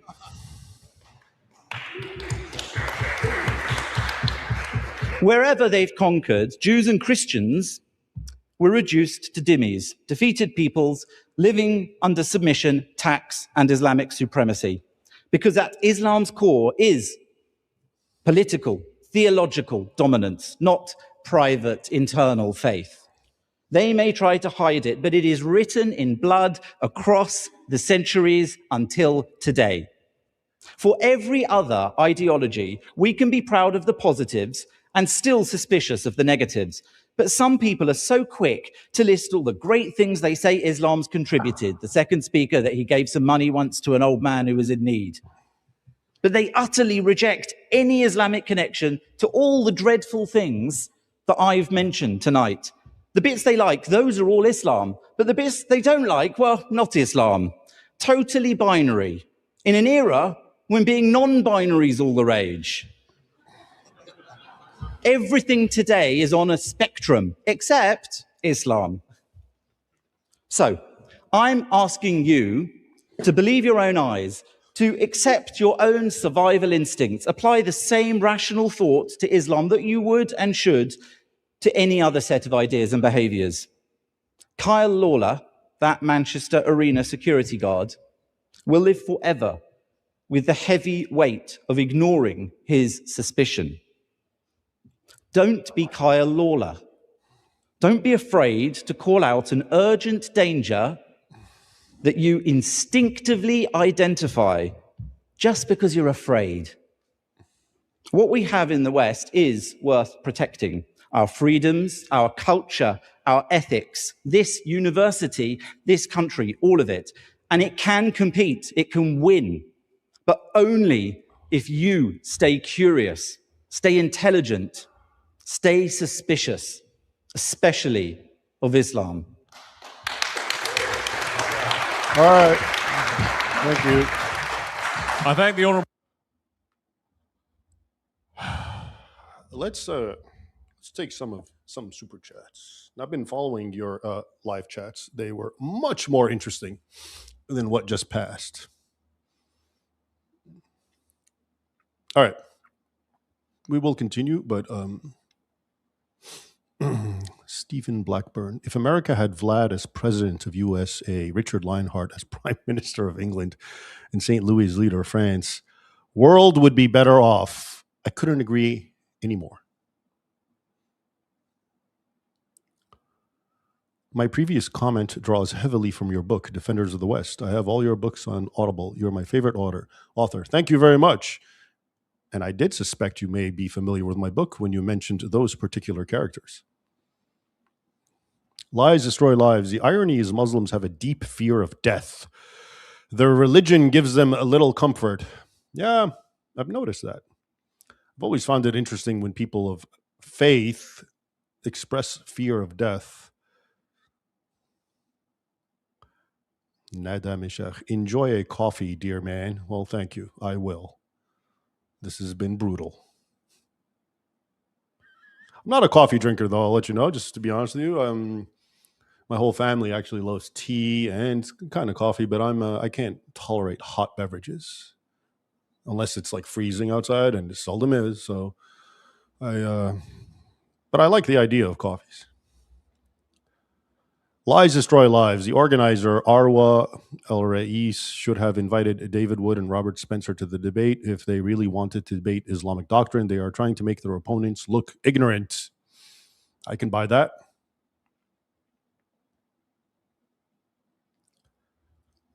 Ryan James, which English translation of the Hadith is most accurate that I can purchase? One that hasn't been liberalized like the Quran. Good question. And I don't know, honestly, because I tend to read them in the original Arabic. Because even if there is an English one, I wouldn't look at it except for the purpose of what you're asking, to try to determine which is good or bad. And there aren't even, back in the day, I don't remember a lot of English translations of Hadith. There were some. And the old ones that I consulted, especially when I was at the Library of Congress, were pretty good. This was back in the day when translations had some fidelity to the actual text. But I can't give you an easy answer off the top of my head. Sorry. Speedrunner, a Salafi da'i would refute these moderates with ease, but they won't. Moderates never publicly debate a Salafi either. Both moderates and extremists definitely worship their god of deception. Yeah, because why would an extremist, an extremist, that is to say a real Muslim, would have a problem with what's being said by a moderate, in the sense that if the moderates were preaching this to Muslims, right? So if this woman, and she never would, went into a Muslim region and spoke that way, there'd be problems. But as long as she's taking this message to the foolish infidels in order to manipulate them, and she's engaged in jihad al-lisan, jihad of the tongue, then she's okay. She's engaged in true jihad. She's helping Islam, isn't she? This is jihad. You're witnessing this woman is a jihadist, not because she's engaged in violence or terrorism. Far from it. She's not doing that. But true jihad, as the apologists are fond of telling us, the word jihad does not mean holy war. It really means to struggle and to strive. To struggle and strive for what? To empower Islam. Historically, you could only do that through war, because no infidel was going to let you come in and take over, unlike today in Britain and other Western nations. But among the different kinds of struggling and striving are struggling by lying, by propaganda, by deception, by writing, by speaking at these sorts of debates and mangling the truth, financial jihad, paying money to other organizations, baby jihad, where demographic jihad, you just flood what European nations with baby Muhammads, as is happening. So there are all kinds of jihads, and even the radical Muslims are fine with that. So yeah, what she's doing is absolutely okay, because it is a jihad. Now, if she was doing this, if she was taking this message to Muslims, well, now she would be creating fitna. She would be an apostate. She would get punished. But so long as it's directed at the infidels, it's all good. Peace to the world. Liberal Muslims have such a cognitive dissonance. I was one of them. Sure, Islam is peace, love, and blah, blah. Then you discover the truth. Really sad. Well, good for you, my friend, for seeing the truth. The truth has set you free. Day. Have you considered writing historical fiction as a means of getting the information out there? Also, what are your thoughts on American Military University or Liberty University for grad school? I can't answer the latter because I don't know much about them.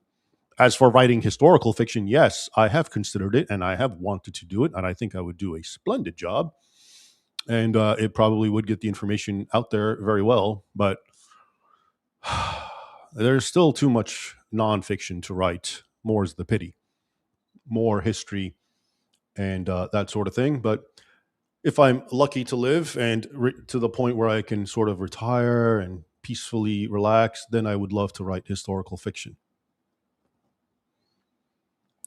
Matt, preaching about Western intolerance and racism, yet here she is in the Oxford Union. Yeah, good point, right? The irony. Holding this debate right now. She's the president of the union.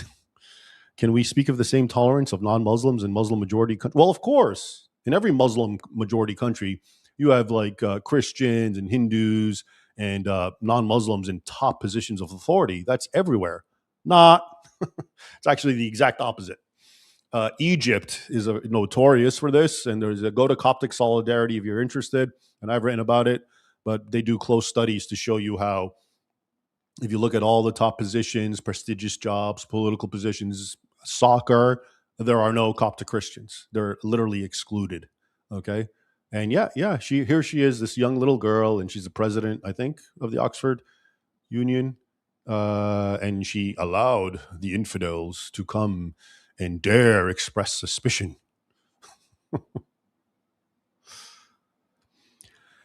Peace to the world. I was raised in Muslim Brotherhood schools and then Salafi schools. Then I became a liberal Muslim.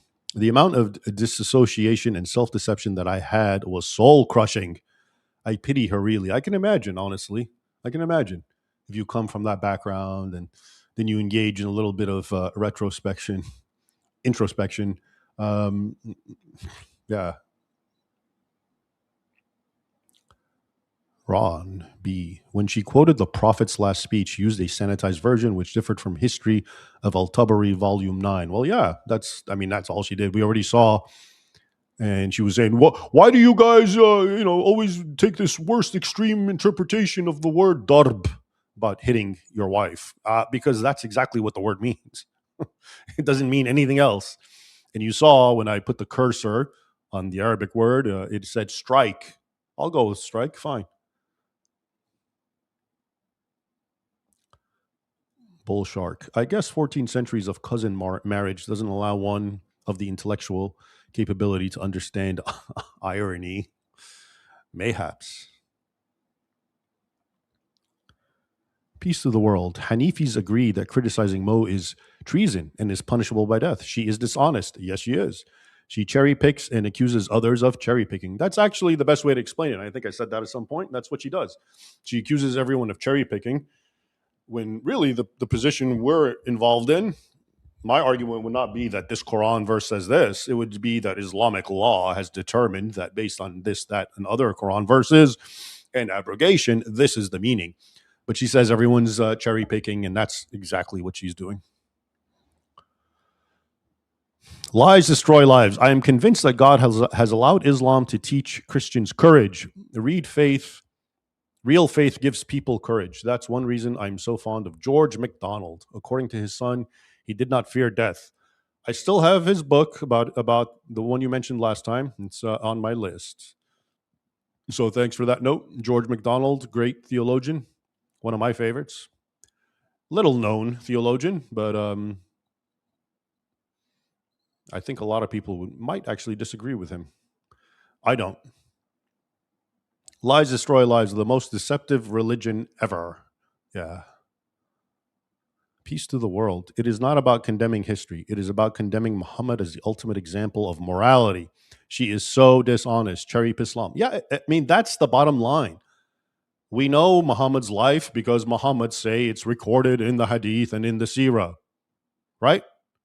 And if we look at Muhammad's life, he did the stuff that the radicals do.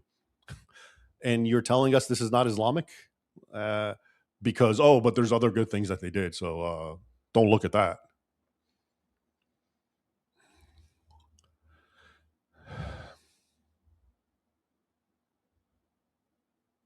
Abrogation, al-nasikh wal-mansukh. Exactly. I am going to do, so look, we're going to do a serious live stream. This is not a serious one. This is about a debate, which I didn't want to watch, and you can see why. But now we're going to, after this, I'm going to do a live stream to show you that there is no need for debate. Islam is not like other religions. Islam is a law. And guess what? When it comes to laws, it's black and white. And we know how to determine what is and is not Islamic. Debating is unnecessary.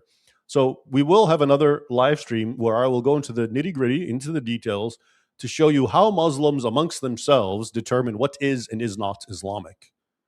Okay? Without all the acrimony and the emotions. I'm going to pretend two Muslims, and they're arguing, is this Islamic or is it not? What do they do? How do they get to the bottom of it? Okay? Stay tuned.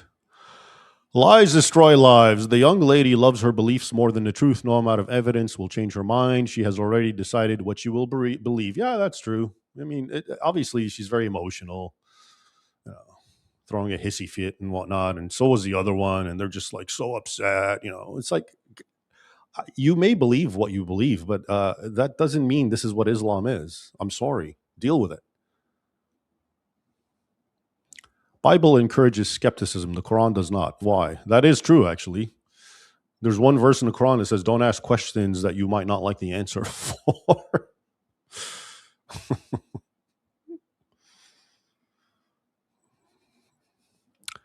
Larry McFart. How many women are actual devout theological followers of Islam versus fashionable identity Muslims? But fundamentally, they are intersectional feminists. Yeah, probably those two are actually. I'd love to send those two to their nations of origin and have them go into a mosque and say what they're saying and record it. And play it live, or just play it and see what happens. It would be very revealing, I think. Craze, Yvonne. Her reference to Deuteronomy numbers falls when fleshed out. They were given to a certain people, Israel, for conquering a certain land, river to Euphrates, for a certain time until Messiah. Does Islam have such restrictions? Well, that's what I was talking about. Islam does not. What is in the Quran and even in the Hadith is meant to be timeless and transcends time and does not focus on certain people, or particular regions. It's about the whole world and the people they're in, who are all classified as non-believers, infidels, people of the book, mushrikeen, kuffar, etc., all of which is bad, by the way. Deos Vult, are you doing meet and greet at the London debate? I think I am. You need to check with Winston Marshall. I know he's talking about it, and but I do believe there is a meet and greet.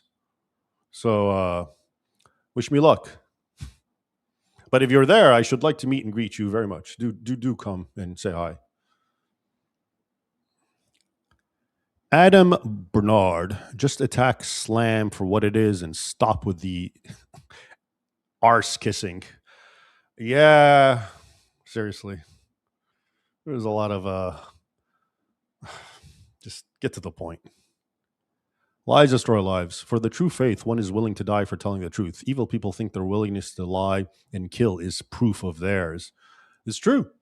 You would think, like a Muslim who's engaged in deception, do you ever stop and think, why does my God, who's supposed to be the supreme creator, why does he need deception? You think he's the embodiment of truth and he's not worried about, he's not trying to trick people and force them. This is like such a human thing, right? A very evil human thing. And yet we're supposed to believe God is like that. God promotes deception and murder and assassination. Pop the kettle on, love. Best debate is Nureya Khan putting Imam in his place calmly, even when he is patronizing. She says, I am not in your court now. All right. I'll have to check that out someday. Lies destroy lives. Take some comfort in this, Raymond. We are suffering with you. Thank you. That's the only reason I'm doing this. Now you know why I don't watch these things and why I did not watch this beforehand, because I can't handle it. I need, misery needs company. So you are my company. Thank you for being with me. Peace to the world. The head of Muslim Brotherhood lives in London. There's a shocker. Lies destroy lives. Bringing up Spain. What a joke. See the myth of Andalusian paradise by Dario Fernandez. The British man who was defending the Islamic side, as he was pointing out, so why are you talking about historic conquests when the Spaniards kicked out the Muslims in 1492? Well, I think I already explained the vast difference. Pop the kettle on. Let's cheer up. How is the dog? Are you talking about the noob? The noob is doing well. Soon you will see him noobing in the background.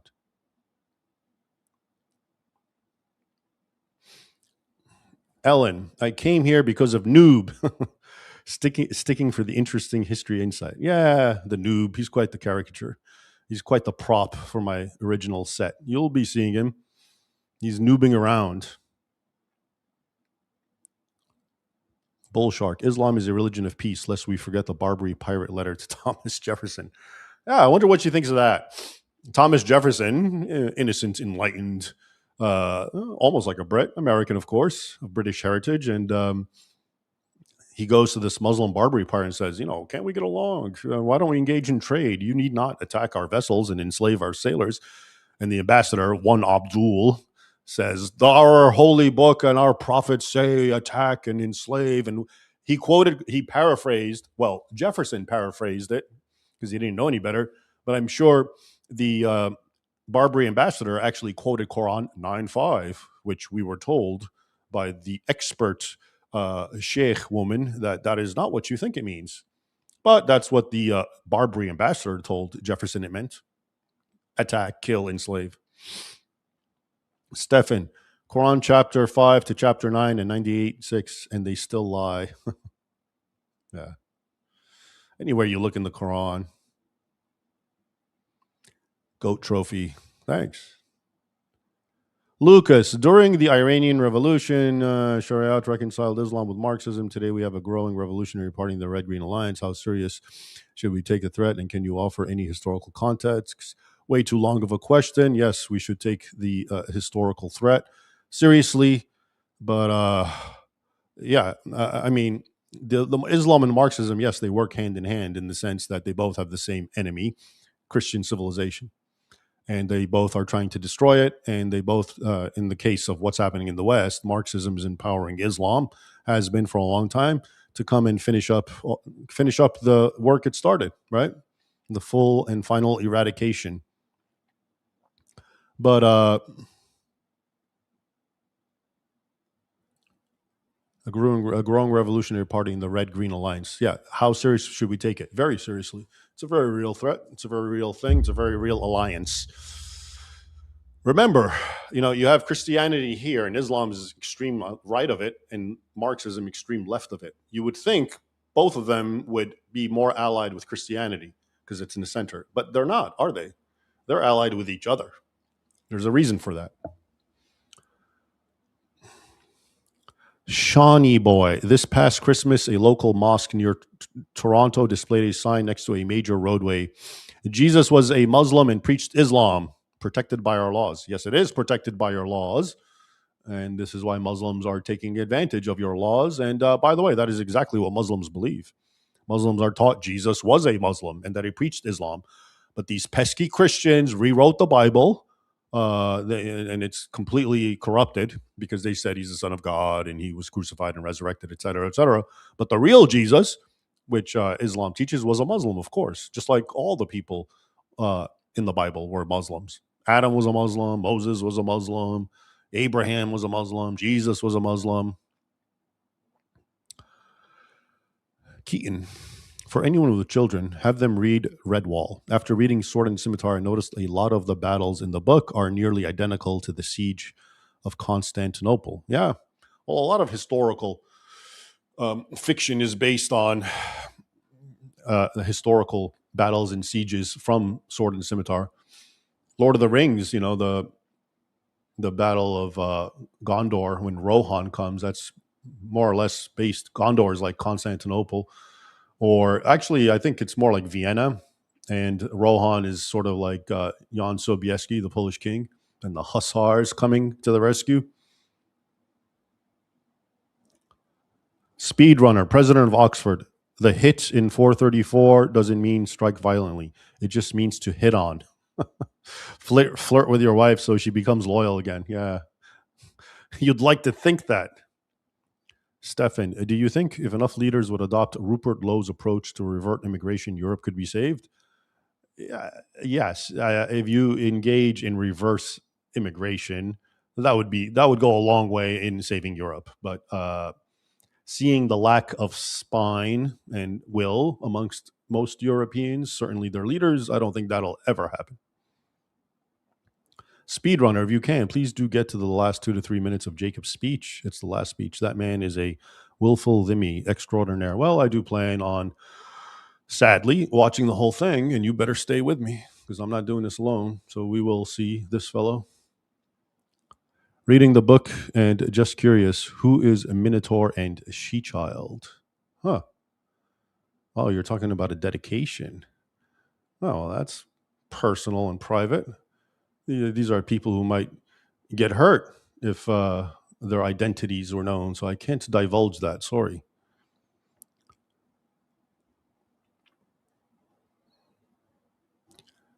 Ted4864, please give me 1 or 2 sentences to say to some nice friends who have no ideas that Islam isn't the religion of peace. To respond, really? I can't add more. Not what makes sound like one of those racists and that hate Islam.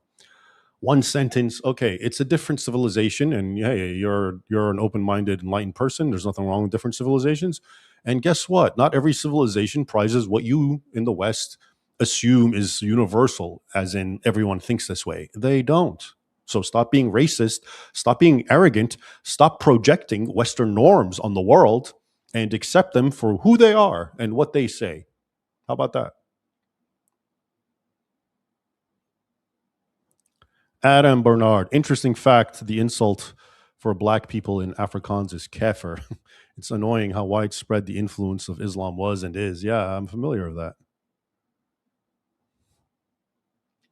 Lies destroy lives. God has protected you and brought you through many trials. You are in his hands. Don't forget that, Raymond. It will help you face whatever comes. I appreciate that. That's a good thought to keep in mind and hope it's true. Larry, there is a Coptic Orthodox church near where I live. I would like to go and experience it. What should I do to be respectful? They'd be happy for you to just show up. Just do what they do, just go stand there and get ready to do a lot of standing.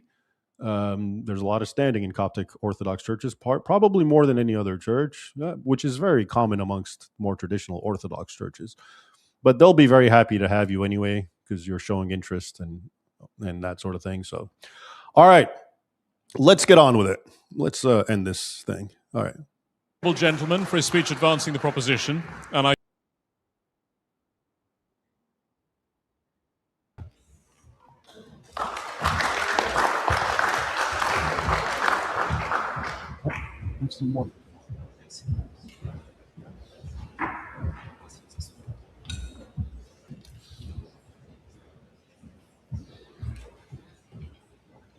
Thank you.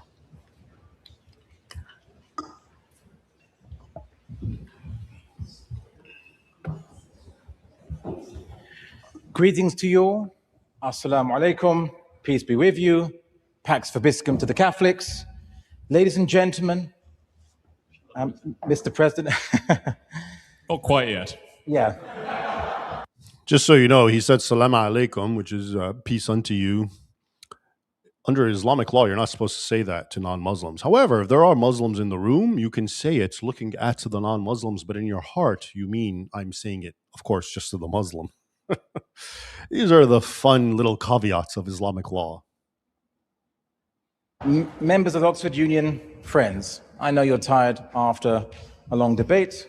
I'll try to bring some clarity to a lot of these discussions. Unfortunately, as Brandolini's law states, it takes a disproportionate amount of time to explain something that is false, which was said in a few words. So I'll try to cover as much as possible. My background is Portuguese, so I might have unpatriotic thoughts when it comes to the World Cup. Força Portugal. But I will say that my background is actually more fascinating than this. From my mother's side of the family, I discovered that we descend from a Jewish family that was a couple centuries ago persuaded to be Catholic and wasn't able to escape Spain. And if they were trying to hide their faith, there was the Portuguese Inquisition around to give some very sharp arguments. Now, I know you're thinking, the Portuguese had an Inquisition? Yes. No one expects the Portuguese Inquisition. So this title is a funny one, and I'm going to try to deal with as many points as possible. I think that if we looked at Hermann Ebbing, the German member of the Free Democratic Party, who argued when he was found with child photos that if he was prosecuted publicly, it would increase anti-Semitism, and his sentence was reduced. Tom Artyom Alexandrovich, again, someone caught in Las Vegas, left to Israel and very quietly allowed to escape bail. And of course, well, Jeffrey Epstein, Weinstein. If we said, wait a second, what do they all have in common? Should we start being suspicious of what they all have in common? You'd say, that's anti-Semitic, and rightly so. So could we not extend, perhaps, the same latitude to criminals in every other community on planet Earth? Please. None of those people used the Torah to justify sexual abuse, for example, or any of those things, because it's not in there. They did it because they're bad people, You mean the not Mishnah, because they're perhaps? Jews. Some actually, that there's been some quirky rabbis, not actually part of the mainstream, but have argued for permissibility to have sexual relations with a child over 3 years old. Would we say, oh, that means that all Jews are allowed to do that, and that's allowed for Jews? No, it's not, right? So anyone can, as the saying goes by Shakespeare, the devil can quote scripture. Okay, well, I'm going to go into patience, sir. Gentlemen, can I remind you of the forms of the House, please? I think I've made him a little irate. It's okay. Please, just, no, I'm trying to talk about the principle. Sir, can I ask you to please refrain from interrupting the speaker? We have discussed the forms of the House. If you wish to make a point of information, please rise and do so. Otherwise, please allow the speaker to continue. Thank you. So, let's discuss as many things as possible, and I'm going to speed up a little bit. So people talk about what ISIS did to Yazidis. Where were the Yazidis, by the way? Or in the Middle East? For how long? 1,400 years. And who were their neighbors for 1,400 years? Muslims. So did Muslims only after 1,400 years say, wait a second, those look a bit funny. Yazidis, let's persecute them and kill them. That's how ridiculous the argument is. You know, I find it a shame that people... All right. And so what he's trying to say here is, and I've heard this little argument many times before, usually in the context of Christians, which is basically, oh, you say Muslims are persecuting Christians, but look at places like Egypt. They're still like 10% Christian. If Muslims were persecuting them, there'd be no Christians at all. All right. Let's quickly unpack this one. If you look at the Middle East, North Africa, it was almost 100% Christian. Egypt, North Africa, before the Islamic conquest. Now, due to a constant persecution, due to the dhimmi system where you have to pay tribute and be a second-class citizen, and sporadic persecution and violence and uprisings, and depending on if this or that ruler is radical or not, led to the constant bleeding of the Christians so that they kept dwindling in numbers because many of them converted to Islam, the vast majority, in fact. So that is why. So the question isn't that, oh, well, why are there 10% Christians in Egypt? The question is the question is exactly that. Why are there 10%? Now, the myth is all the Christians saw Islam and just said, oh, we're going to be Muslims. It's such a wonderful religion. We've seen the light. The historical record bears a different record, a different rendering, which is what I said. Christians were persecuted. There were actually uprisings in Egypt in the early centuries. And they were constantly taxed, and they were attacked and killed. And there was even a time that they couldn't speak, for example, the Copts. They couldn't speak their Coptic language, the Pharaonic language, on pain of having their tongue severed so they can learn Arabic. And so the real explanation is it went from 100 to 10%. And then in other countries like North Africa, it's zero. The Christians of North Africa, where North Africa gave us Augustine of Hippo from Algeria, and church councils, and of course in Egypt and Syria and the Middle East. Syria is also very low, something like maybe 3% Christians, 5%. And so why is that? Yeah, it's because of the constant persecution. So yeah, tell me, what about Algeria and Morocco? And even Tunisia, if there are Christians, they're like 1%, and they've been proselytized recently by missionaries. They're not indigenous. The Copts they've dropped to 10%. So why is that? Yeah, so in other words, so telling me, oh, the fact that Yazidis even exist, and a lot of these peoples, by the way, live in mountainous regions for a reason. But yeah, they've existed, and all sorts of people. This is like saying the Jews, they exist, so I guess they've never been persecuted, right? That's the same argument he's offering, isn't it? The fact that they exist, then who said they've been persecuted? So, pretty shoddy argument. Only realized, despite all the rhetoric that Iran wants to kill all Jews, that the only time we realized that Jews were actually in Iran was when Israel blew up a synagogue in Tehran. Tehran has 30 synagogues. by the way. 6,000 Jews live in Tehran. Other issues, let's see if I can go even quicker.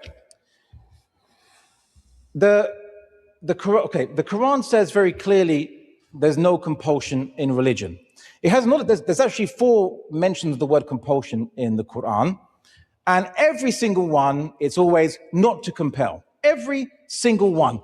There's not a verse that's not mentioned. One second. There's not a verse that's not mentioned often, which is, it said, if God so willed, he would have created the whole world following one religion.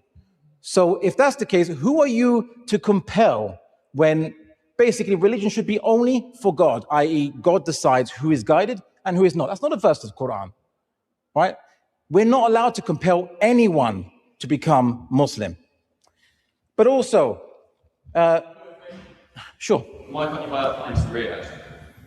Well, you can if you probably say, I'm not sure about Riyadh, but in Pakistan, which is an Islamic republic, you can just say you're Christian and you get beer, right? That's the point, is that let's pick the worst country we can find out of 50 countries and judge all Muslims by it, when the vast majority clearly go against your argument. Oh yes, it was said, doesn't Islam say you must kill gays, people who are homosexual? No, it doesn't. Not in a single verse, not in a single hadith. Brother, please tell me, how many gays did the Prophet Muhammad kill then? Why are you silent now? Right? How many gays did he kill? Does the Quran actually not preach death for people who engage in homosexual sexual acts? The Quran doesn't say, the Quran actually doesn't talk about that. It talks about people who have sex outside of marriage. But the point is, let me correct you. So, look, I know you're getting anxious, but please let me finish my point, sir. Freedom of speech. So, let me. Said you were freedom of speech. Sorry? You keep saying. Yeah, but you have to let me speak first, and then I can give way to you. I haven't even started speaking, sir. Okay. All right. I think you have to judge religion based on the teachings, on the text, because that's where the religion comes from. If we judged religion or any moral ideology or belief system by its adherents, we would basically condemn all morality and humanity at all, because there's always criminals, always someone that are self-centered, despite their high-minded claims.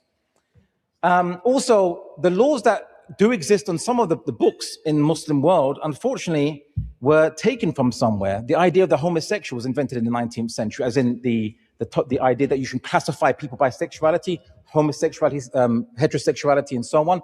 Krafft von Ebing was the person.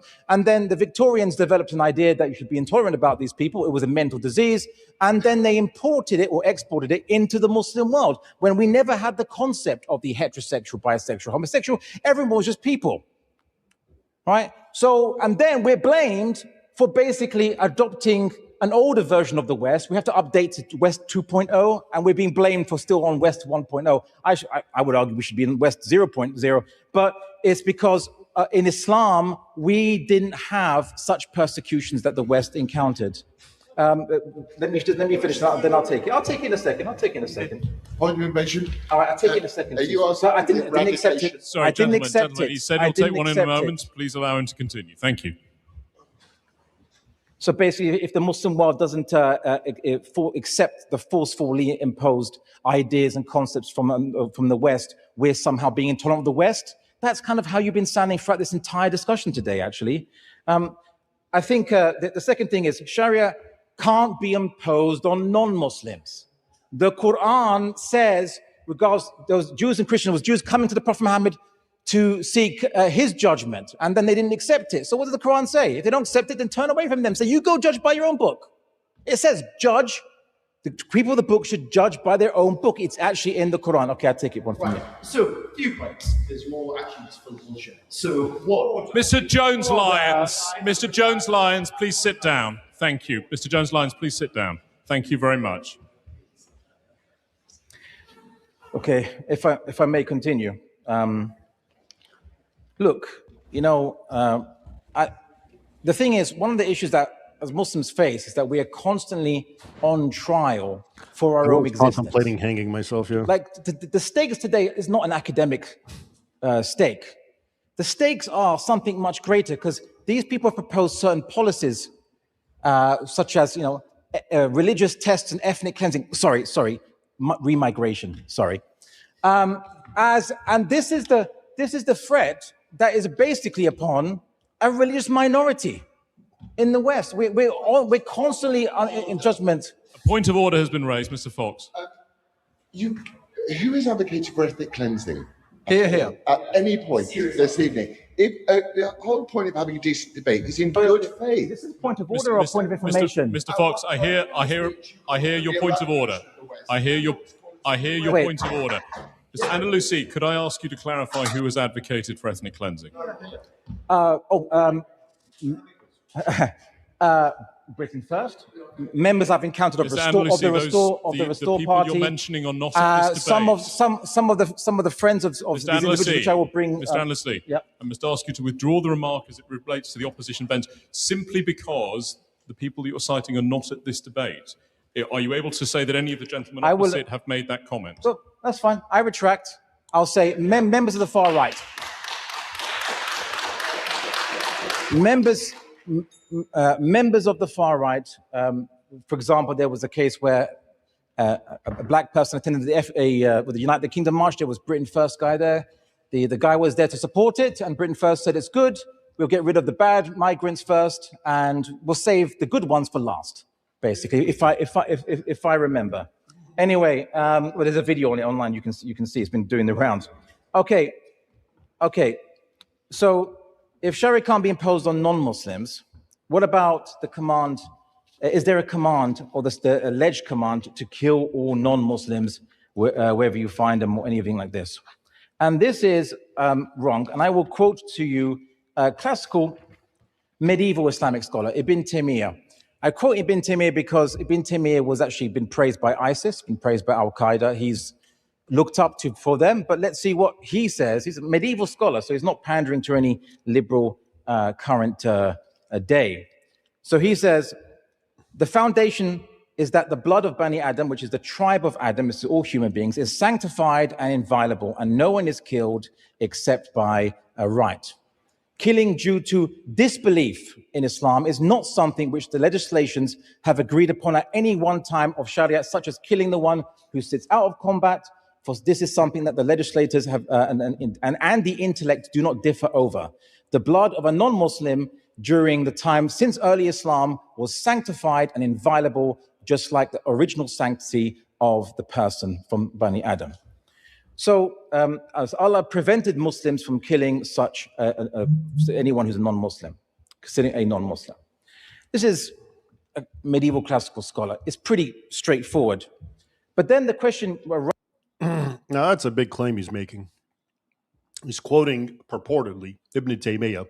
I wish you'd give me a reference. I'd like to double check on that. At any rate, the quote itself, which I'm sure if it exists and if he translated it correctly, is being pulled out of context, but it seems to be about you can't kill someone just because they're an infidel. If that's the case, well, that doesn't actually contradict Islamic law. You're not supposed to go kill someone just because they're an infidel. You're supposed to wage jihad. You're supposed to give them the option to convert to Islam, and then depending on if they're people of the book or whatever, you give them the chance to pay tribute. But actually, the people of the book caveat, Quran 9:29, fight the people of the book till they pay tribute, jizya. Eventually, it was extended to virtually everyone. So at one point, the Hindus, after millions of them were killed, then it became more profitable to just keep them as subjects and have them pay tribute than always killing them. So, but again, that quote, I would love to see where he got it from. And I'd love to read the Arabic original, not any translation. And I suspect it's going to be completely different. Because Ibn Taymiyyah is the Sheikh al-Islam, he's known in Arabic. That means he's the man. And it's true, radicals do quote him all the time. So why would the radicals who do preach draconian, uncompromising jihad for everyone be following a guy who is somehow talking about how inviolable the blood of everyone is? Okay. And I mean, again, those even verses like that do exist, but they are understood in a category and through the different means that I discussed, like abrogation and whatnot. So anyway, that I would love if someone knows what the reference is of this Ibn Taymiyyah. I'd like to read it in context. Rises. Why then did Al Qaeda exist? What did the killers of Lee Rigby say they were doing it for? Right? So, A point of order has been raised. I'll hear the gentleman. Just as a question for clarification, has the remark on remigration has been withdrawn? Yes. I actually have a quote here from Tommy Robinson. I would have remigration. It's time for many Muslims to leave this country if they're not going to integrate or assimilate. It's time to go home. yeah. I hear the honourable gentleman. I hear the honourable gentleman's point. Mr. Andalusi, I hear the honourable gentleman's point of order. However, we are concerned with the comments in this chamber. Okay. I believe you're reading a quote from outside this chamber. Okay. Is that the case? Yes, but I would leave. I'm going to ask everybody to take their seats. I've ruled on the point of order. I will remind the gentleman that a point of order is not for simply reading quotes from outside the chamber. It must be to raise a matter concerned with the debate that is going on. Thank you. Mr. Andalusi. I haven't even started speaking yet, sir. No, I haven't accepted it because my time is limited now, right? And I'll leave it to the imagination of everyone who here will be on his list of Muslims he will remigrate. So, what about free speech? Excuse me, you can't do this. I can. It's called my time to speak, sir. Can I ask Mr. Andalusi to make some progress, Mr. Fox? I understand the point you're raising. Mr. Andalusi, can I ask you to continue? And can I ask you, Mr. Fox, thank you. Mr. Andalusi, can I ask you not to repeat that remark? We have already dealt with this point. Well, I need more than that. Right, okay. What about free speech? We've heard a lot about free speech. Well, I'll just give you an example of medieval Islamic free speech. Perhaps that would give you the best example, because you might say maybe Muslims here in this day and age in many countries don't fully understand what Islam requires them to do, quote unquote, vis-a-vis people who attack the Prophet Muhammad or criticize him. Well, firstly, the example of the Prophet Muhammad was he had a neighbor who was a woman who hated him, hated his message, and every day he'd come out, when he'd come back, she'd throw rubbish on his head, and he didn't do anything to her. Except there was one day when he came back and the woman didn't throw rubbish in his head. And what did he do? He went to her door, knocked on it, she opened it, and she was shocked to see him there. And he said, "Are you okay? I noticed that you didn't throw rubbish on my head, so I was concerned about you." And she said, "No one in all of the town has come to see me because I'm ill, except you." And then she embraced Islam. She was amazed at the person's morals. This is the example that Muslims follow. And I'll give you an example from Islamic history, please. Let me just at least quote them. All right. So there's supposed to be this hadith where Muhammad shows benevolence to this woman and his kindness makes her convert to Islam. But we're talking about those other hadith, you know? Do you know, is it Khirfa? Where Muhammad, another woman that mocked him, and he said, "Oh, who will avenge Allah and his prophet?" And another Muslim went and assassinated her. And he felt bad because when he stabbed her, she had a baby, one of her children at her breast, and he killed them both. And he went to Muhammad and kind of felt remorseful about it. Like, yeah, I did what you said. I've avenged you on Allah. But what about, the killing the kid and the babies? And he said, that matters as much as two goats headbutting, meaning it doesn't matter at all. It's those hadith that are kind of problematic and that we're really talking about. It's all well and good for Muslims to hear the one that this man just recited about Muhammad's benevolence. Excuse me, I'm eating chocolate with almonds. That's right. That's all one of your comments.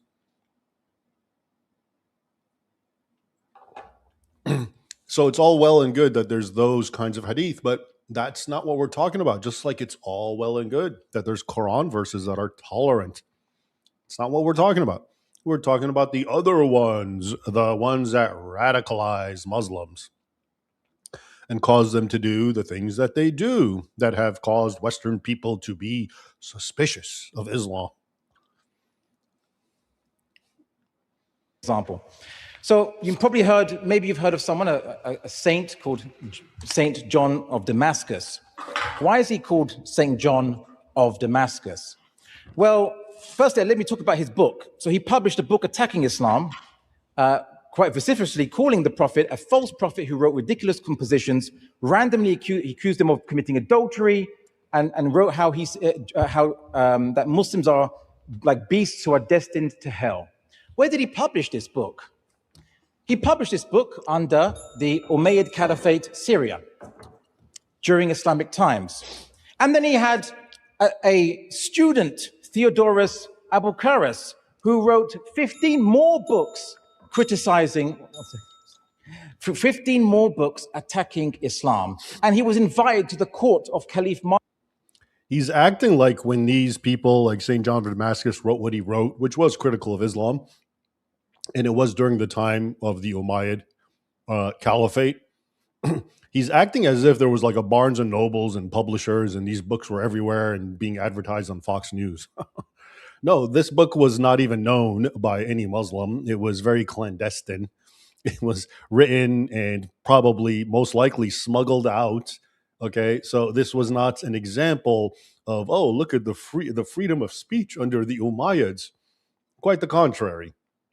Under the Umayyads, as under other caliphates and sultanates and dynasties, anyone who actually said the sort of things that John of Damascus said would be executed. So it's not surprising that he wrote it and it was clandestine and then later smuggled out and found in later outside of Damascus. Remember, right north of Damascus, you had entered Roman Christian territory. And I know he wrote that during the end of his life. But it's also interesting that, curious, right from the very start, here's a Christian talking negatively about Islam, right? Wonder why that is. Could it be because Muslims were behaving negatively? Look at that, common sense. Marwan to have a debate with Muslim scholars in front of the Caliph, and at the end, by his own account, he was given gifts and a mantle for his good debating skills, even though he had not embraced Islam and he had kept on attacking. And what happened to him? The Muslim scholar Isa bin Sabih al-Murda published a book refuting him. And that was it. This is Islamic free speech. And once again, even if this account is true, what he's talking about, and I would bet a lot it's not, or it's being pulled out of context. We have the other examples, okay, where someone spoke negatively about Islam and they got punished, beginning with Muhammad, who called for the execution of those who mocked him in verse, as I mentioned. The Jewish poet, Ka'b ibn Ashraf, the woman that I mentioned, I think Khirfa, you can look her up, and many others. Well, here's a fun fact. How about in Spain, Golden Age Spain? He was mentioning Spain. He was trying to make the aha moment of, you guys are talking about jihad. Well, what about what you Christians did and the Reconquista and the eviction and so forth? And, well, you know what? In Spain, if you go there during the Golden Age that we always hear about, 9th century, more or less, Cordoba, there was this episode known as the Martyrs of Cordoba. Well, who were they? Well, they were Christians, natives of Spain, who had either converted to Islam out of duress, like most people, or who had who some for whatever reasons they were Christians. Either they became Muslims or they were still Christian dhimmis, but they just really vocally spoke out against Islam and against Muhammad, and basically said this is all a scam. This is all false. He's a false prophet. The true Jesus is the true Christ, etc., etc. And how did the Muslims of the Golden Age treat them? Well, they skinned them alive, they boiled them, they beheaded them, they crucified them, and that sort of thing. And we've seen that same exact behavior all around the Islamic world today. So these little stories that he's telling, even if they're true, they don't matter, because we're not talking about that part of Islam. We're talking about this part of Islam, the one that's creating suspicions. Why don't you address that? I'm not even arguing. Yes, let's say what he's saying is true. Yes, it's all true. There are, let's say, some moderate Muslims, and there were, let's say, moderate caliphs and all that sort of thing. But there's the other ones who cling to other verses and other teachings that are in Islam, and they behave otherwise. That's what we're talking about. And talking about the other aspect doesn't help. Leave it with one final point, because my time has been heavily limited, unfortunately. Does everyone know the quote, "Live and let live"? You've heard of it? Does anyone know a famous person or an infamous person that said it? You don't know? Or you're not going to like what I say next. I'm going to give you someone that you won't be able to get out of your head. There was a guy that said it relatively recently. His name is Osama bin Laden. He said it, and you can check in the book by Dr. Bruce Lawrence, the composition of the statements by Osama bin Laden, when he said, and let me explain the context. All right, it's easy to scoff, but it's harder to actually investigate the nuances of reality. The issue is, yes.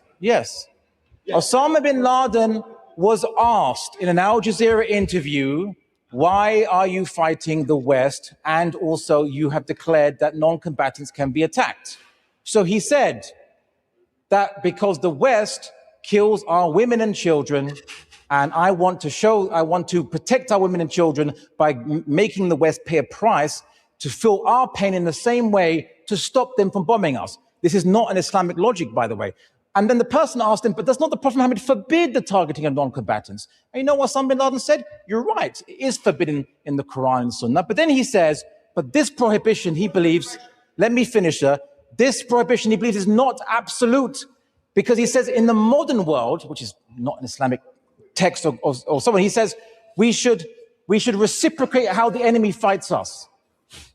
And then he claims that Islamic scholars have permitted this. I will finish it right now. I must ask you to conclude. Yes, okay. Mr. Sacredotti. One last quote. Gentlemen, please. Thank you. Mr. Sacredotti, you raised a point of order. What is your point of order? We'd all like him to carry on. It's really funny. Okay. Thank you, Mr. Sacredotti. That's not a point of order. Mr. Stiles, yes. What is your point of order? Thank you. Let me... Can the gentleman opposite confirm whether he condemns... That is not a point of order, Mr. Stiles. Mr. Osama bin Laden. Mr. Stiles, sit down. That is not a point of order. Mr. Andalusi, I'm going to give you 30 seconds to conclude your remarks. Thank you.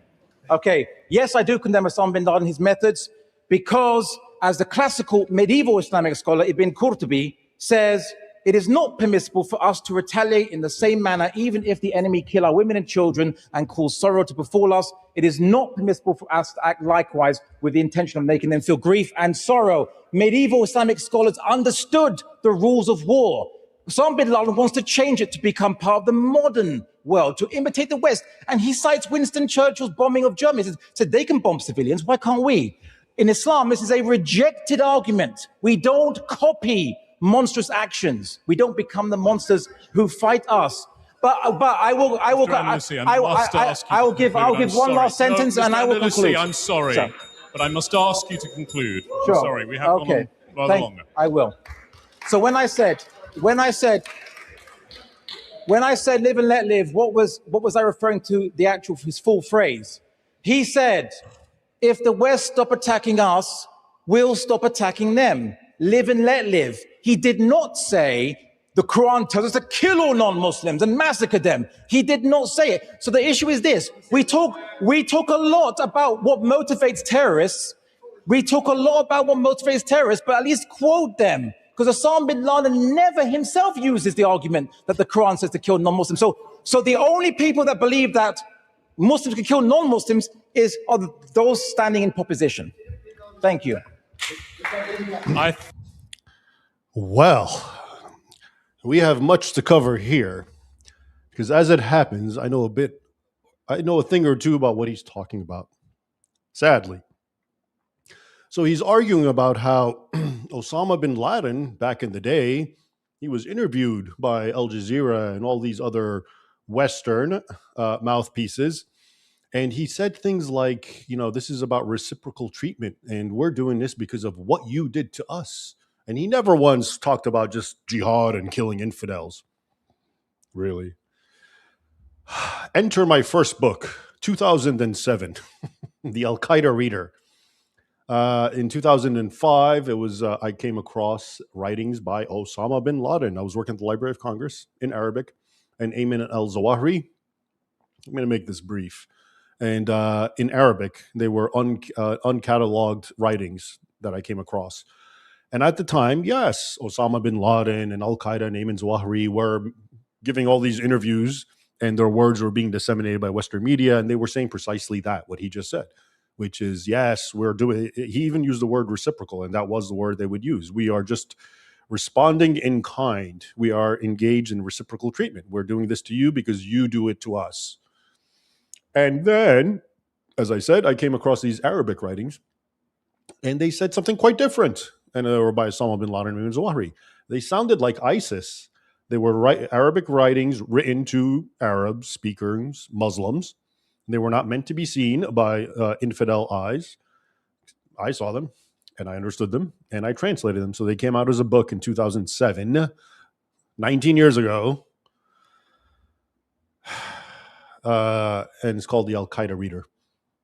And in fact, we're going to be engaging that book soon because it's very relevant to that live stream I want to do about determining what is and is not Islamic, because I address that question at the get-go in that book.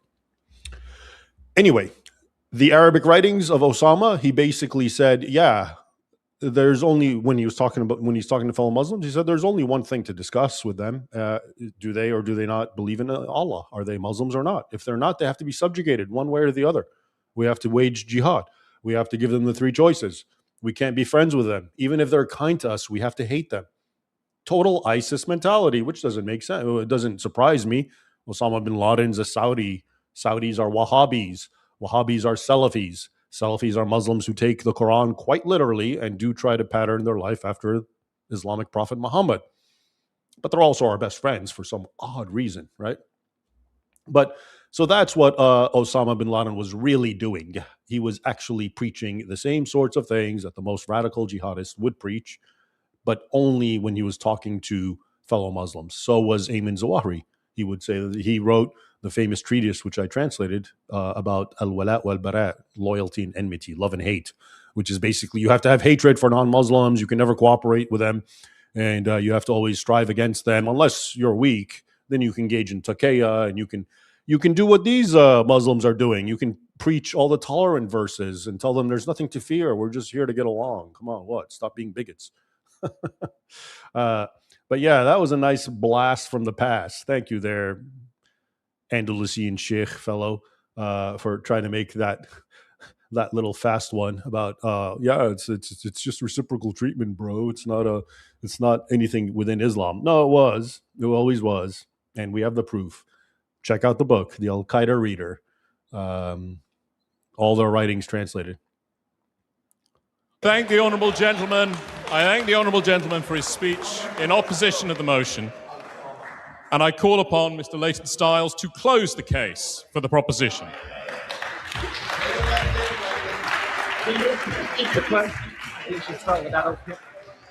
Thank you, Mr. Chair. I mean, I must say, I'm not sure how I can top that. And I'm not referring to the duration. Yes. So the album by Bin Laden, Live and Let Live, I hear it's great. This really needs to end quick, all right? Side proposition. He talks about live and let live, and then continues to quote Osama bin Laden on all kinds of different aspects. What the question I was going to ask you, Mr. Chair, was whether he condemns him, because if he does, I'm not sure why he quoted him so very much. I suppose that's a question for the gentleman, and you never took many of mine, so I'm going to wait. Now, I must say, Mr. Chair, when I first accepted to speak in this debate, I assumed I would be the most right-wing individual in the chamber. However, looking at the speakers alongside me, I am pleased to report this is no longer the case. Instead, this debate has already achieved something I previously thought impossible. In fact, we've encouraged Mr. Jacob Rees-Mogg and Mr. Tommy Robinson to finally disagree on something. If anything, Mr. Chair, at least the Oxford Union still performs miracles. But that observation points to something quite important. The easiest mistake this House could make would be to assume that our argument belongs to one political tribe. That is not true. The argument I make tonight is not necessarily a conservative one, believe it or not. It is actually a liberal one. So, yes, Mr. Chair, I rise to propose the motion that the West does, in fact, have the right to be suspicious of Islam and Mr. Osama bin Laden. Hear, hear. Before anybody rushes to outrage, however, let us be absolutely clear about what we are and what we are not arguing. We are not arguing that Muslims are lesser citizens. We are not arguing that Muslims deserve fewer rights. We are not arguing that Muslims deserve less dignity, less freedom than anybody else. Indeed, one of the defining achievements of Western liberal democracy is the principle that, as Martin Luther King said, and I'm sure you're a fan of him, sir, as well as Osama bin Laden, is that individuals... Point of order. Point of order has been raised. Mr. Andalusi. He said I'm a fan of Osama bin Laden, and in no way did I ever say that at all. I hear the point of order. Mr. Stiles. Actually, what I said, I'm sure he's a fan of him as well as Osama bin Laden. Which does suggest that you think he's a fan of Osama bin Laden. I'm no English language graduate, but I think that's... I'm willing to retract. Mr. Stiles, can I invite you to withdraw the accusation Of course, that he is a fan of Osama bin Laden? Of course, Mr. Chair. I'm you. willing to withdraw, but I will leave that judgment to the audience.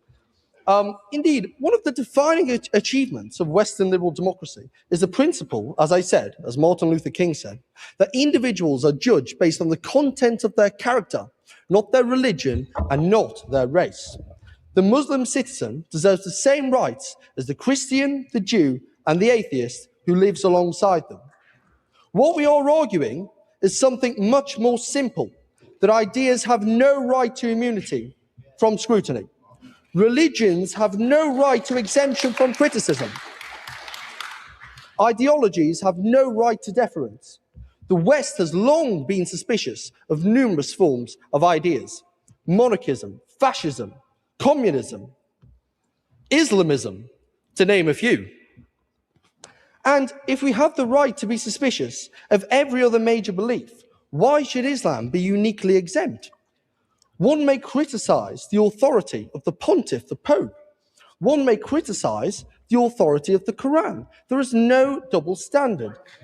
Of course. On that basis, when someone criticizes the Pope, when someone criticizes Catholic teachings, is it a threat against the dignity of Catholics? No, of course not. No, no, no, no. Point of information. Of course. But are we not? We're not arguing about whether you have a right to be suspicious of Islam, but whether you are right to be suspicious of Islam. There's a difference. Sorry about that. I'm sure you agree. The motion is we have a right to be. So the West is right to be suspicious of Islam. That's absolutely fine. I think we're right to be suspicious of all sorts of ideologies, including, as I mentioned, of Christianity, of monarchism, communism, fascism, which we have been historically. You know, we're also right to be skeptical of Islamism, which Osama bin Laden seems to be a big fan of. Now, the opposition, Mr. Chair, have attempted to blur the distinction between criticism of Islam and prejudice against Muslims. But these are not the same thing. Suspicion of an idea is not hatred of a person. To question a doctrine is not to persecute its followers. Of course, I give way. So you invoked Martin Luther King. If we accept Dr. King's principle that people should be judged on the content of their character, why should we judge nearly 2 billion Muslims by the actions of the French minority?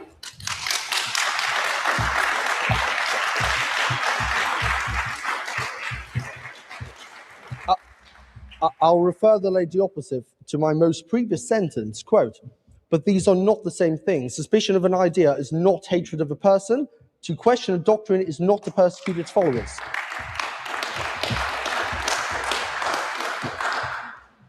Our suspicion is particularly justified in Islam. Unlike many modern interpretations of religion, it is not always presented merely as a private spiritual faith. Many interpretations of Islam contain legal, political, and social prescriptions. They make claims about not only how individuals should live their lives, but how society should be organized and governed.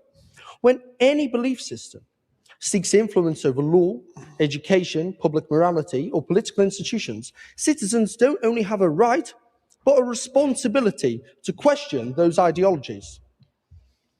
In addition to concerns regarding fundamentalist Islam abroad, for example in Iran and Afghanistan, we have witnessed, Mr. Chair, within our own society, serious challenges posed by Islamist extremism. The United Kingdom has spent decades confronting terrorist threats inspired by extreme interpretations of Islam.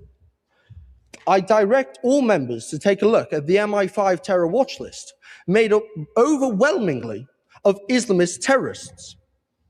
PY, is the speaker aware that Islamism is not Islam? Of course, of course. There was no indication that Islamism is the same as Islam.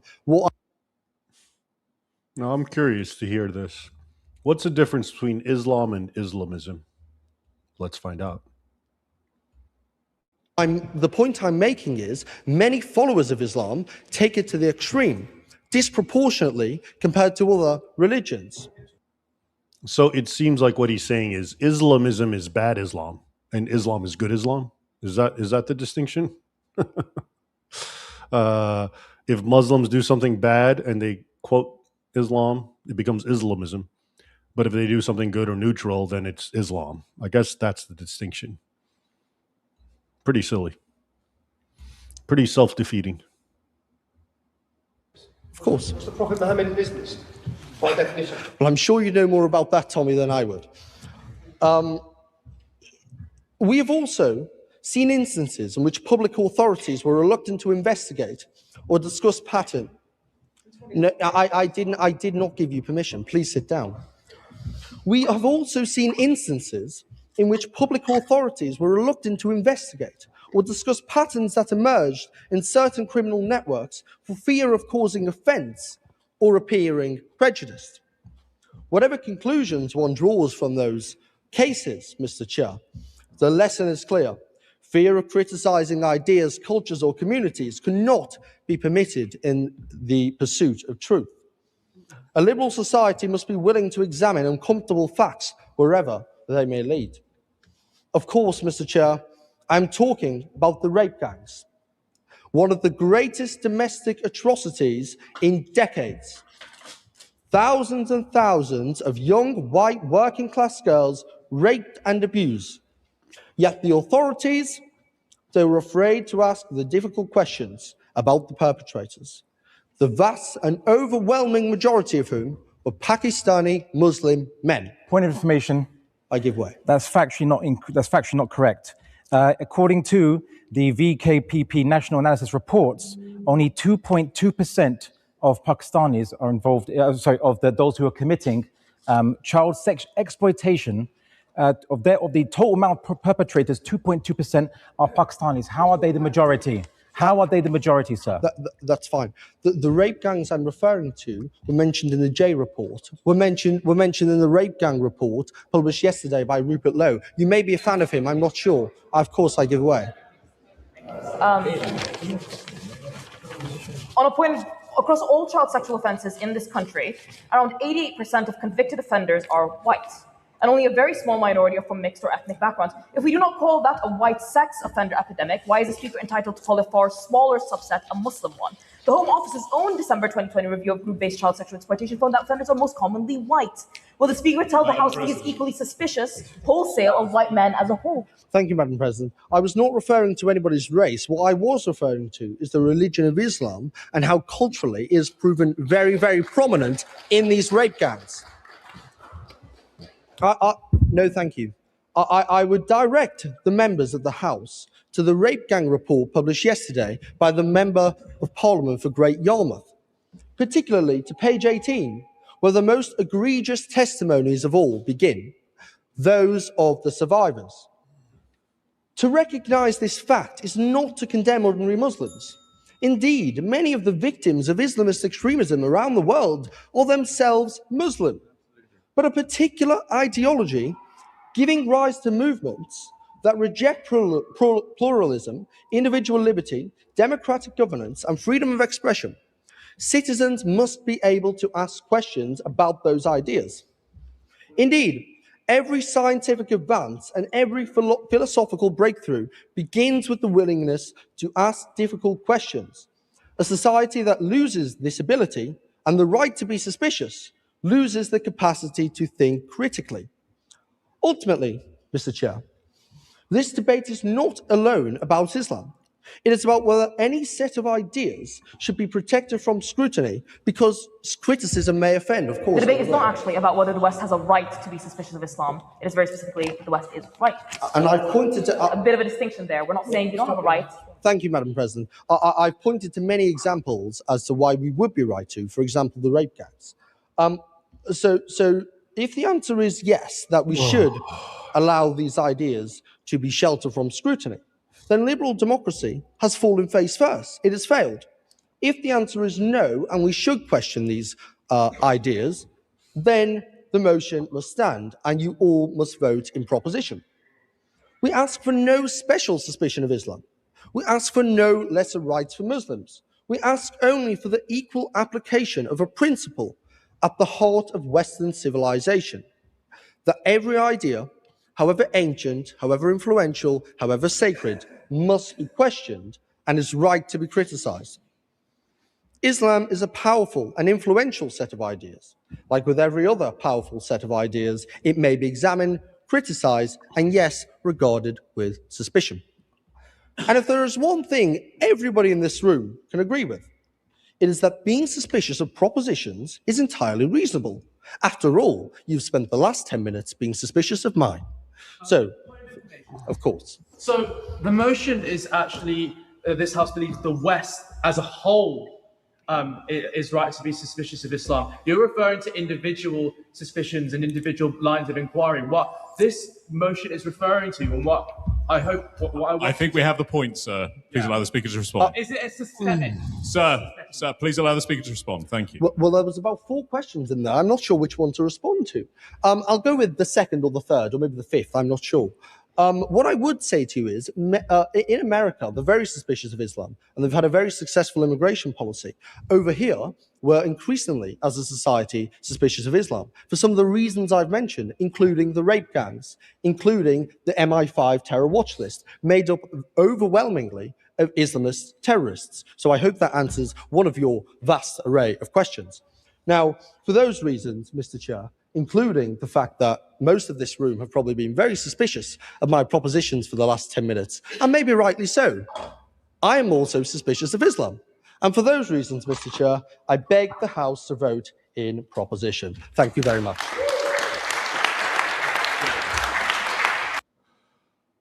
Okay.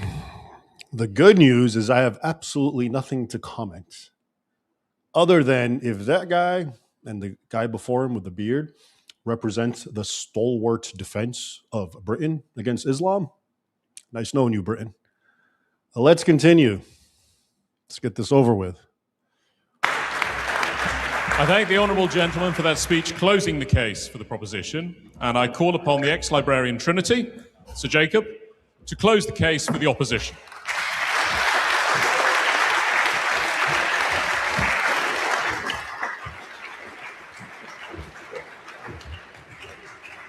Mr. Chairman, may I begin by adding my congratulations to the President for being incredibly steadfast and stalwart against extraordinary pressure and hostility from people who ought to have known better and should have supported her in defending free speech. And may I thank Mr. Robinson for accepting the invitation to come to an audience that he didn't necessarily expect to be favourable. Free speech requires both sides of the argument to be put. I also congratulate the member who just spoke from Christchurch for his elegant speech, which unfortunately elegantly spoke about a different motion. And that is often a problem with the Oxford Union Society, that when a motion says one thing and a speaker thinks something else, he tries and talks around the subject. No, we've had quite a bit from you already, but we might come back to you later. And I want to speak strictly to the motion. The West is right to be suspicious of Islam. And here, Mr. Chairman, I'm disappointed, because I thought I was coming up against the hard men of the right of British politics, the people who have a reputation for being tough and forthright and powerfully patriotic.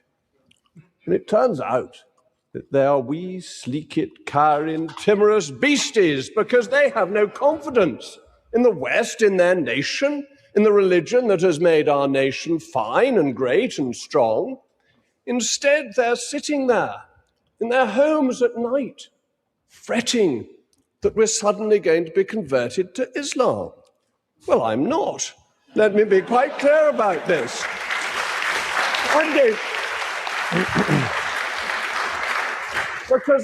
Actually, I think they're home fretting about their women being raped and groomed and Muslims stabbing people and ramming their cars into processions and desecrating churches and engage in the overwhelming terrorism.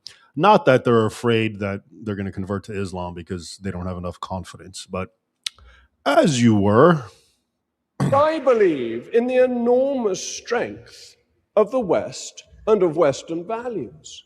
And one of those Western values is that we believe in freedom of religion. But we partly believe in that because freedom of religion, freedom of ideas, freedom of speech, of which freedom of religion must be a subset, has made us strong.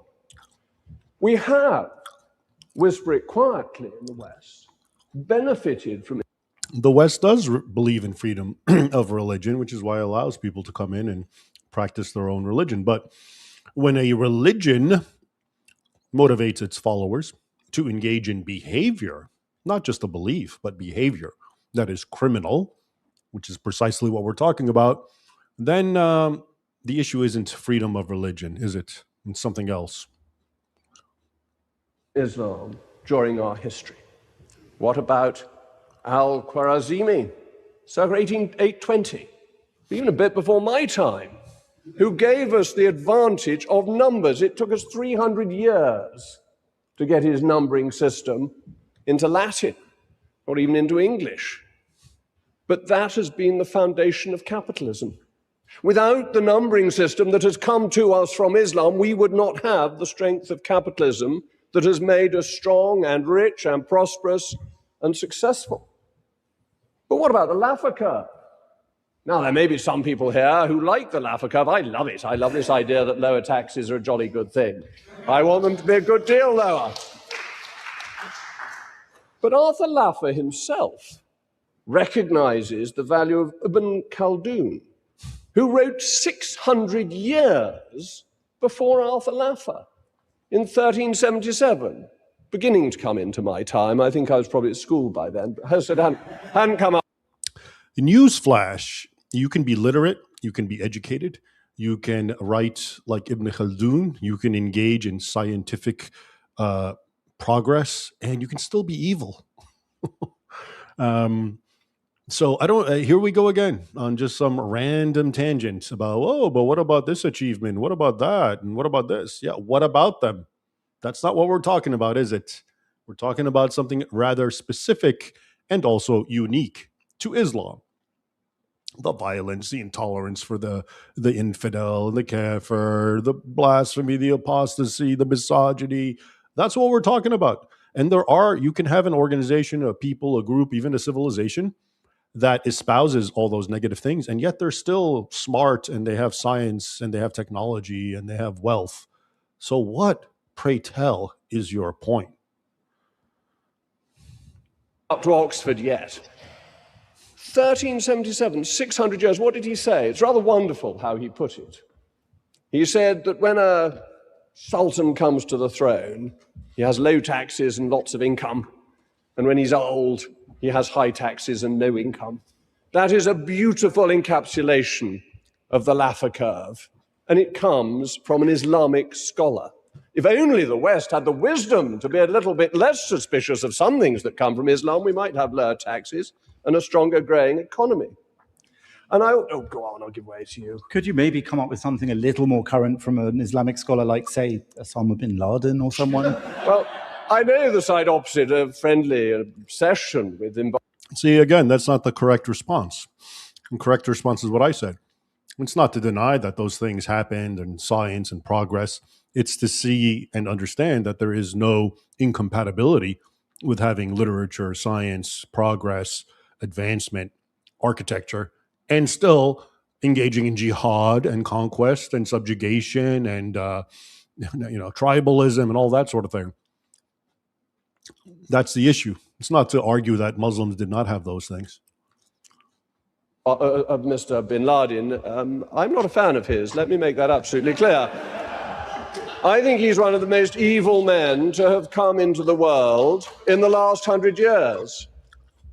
No, yes, to come into the world in the last 100 years. A fundamentally evil, bad man. But if we go through the history of evil and bad men, are they all Muslim? Or dare I say that there are some Christians who have committed great and evil acts? And was that because they were following Christianity? Was that because they were quoting the Bible, saying Jesus is great, blowing themselves up? Or was it actually because they were not a Christian? Why conflate? Why say that men who are from the West engaging in evil were Christians when they really weren't? And they didn't even say they were. And in fact, oftentimes they were hostile to Christianity. Why that little relativistic game? Okay. Because you have nothing else, obviously. There are people of all faiths. There are particularly atheists who are very dangerous. Stalin was an atheist, one of the great killers. Mao was an atheist, one of the great killers. You can't blame Mao and Stalin on Islam. And those are the risks we should be worried about. All right. This is a very, very important distinction you should be aware of. It's this game of, well, there's a lot of bad people in general, so why are you talking about Islam? Well, here's the thing. When we talk about those people and their ideologies, we condemn them. We condemn Nazism, right? We condemn communism, at least normal people do. We say it's a bad ideology. It gave rise to those people. The whole problem here is we are not allowed to openly condemn Islam, even though it is just like those ideologies driving those people. So whereas we can point out and say, yeah, these ideologies are bad and they should be banned or outlawed or whatever, and condemned because they give rise to what they give rise to, which is true, bad men, violence, atrocities. In Islam, we're not allowed to do that. And that's the whole problem, which provides cover for Islam. We can't point out the truth and the reality. That's the big distinction. That's the big difference.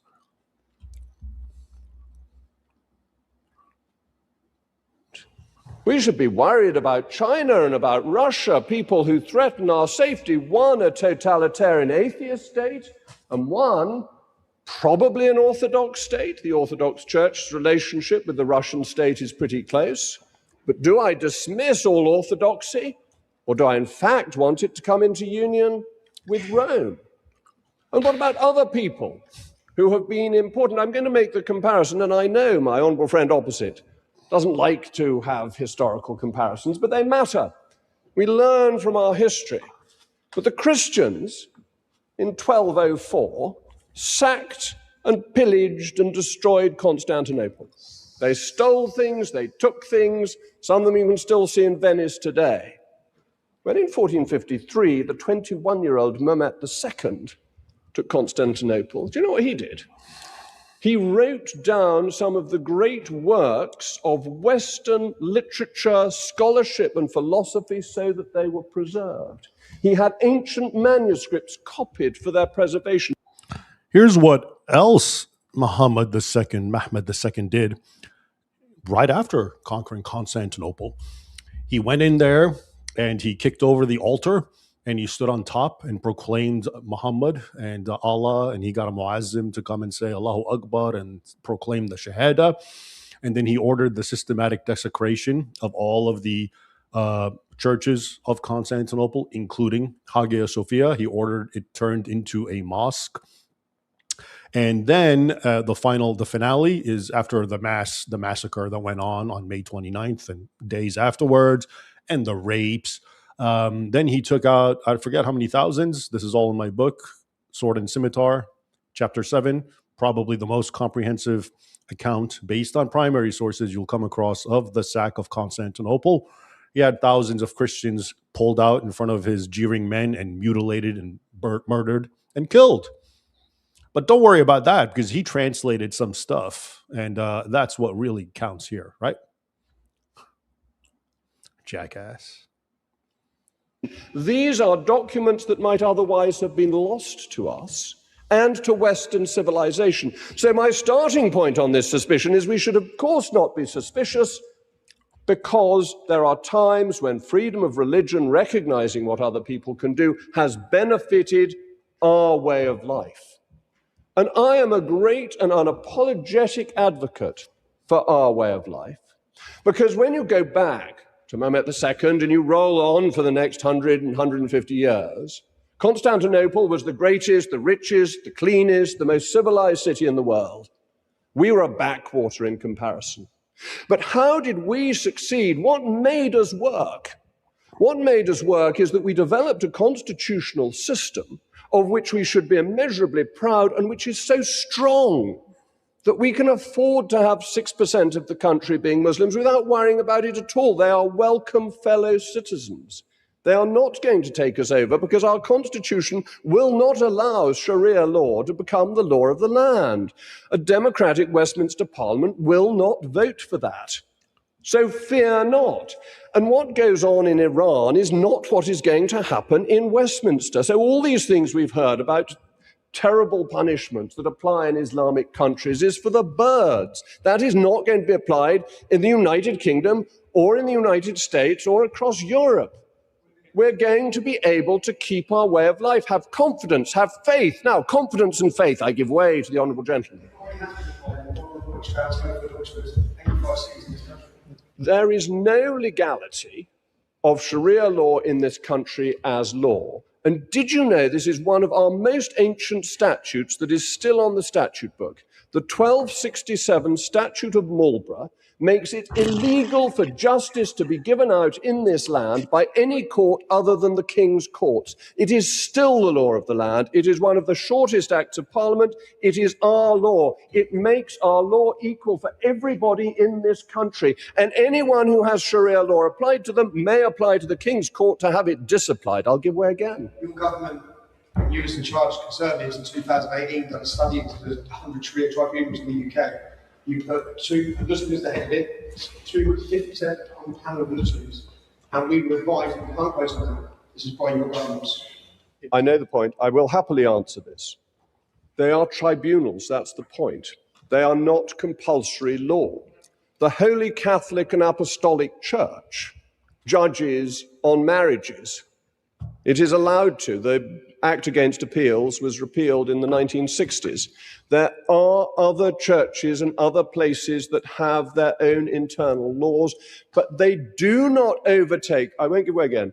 It's getting late. I think everyone's probably quite keen to go home, but we've outlasted the protesters, haven't we? Which is, I think, a very good thing to have done. Oh, I've been having a go at this lot for being wet wipes, but they're the serious wet wipes. Come on, I'll give it to it again.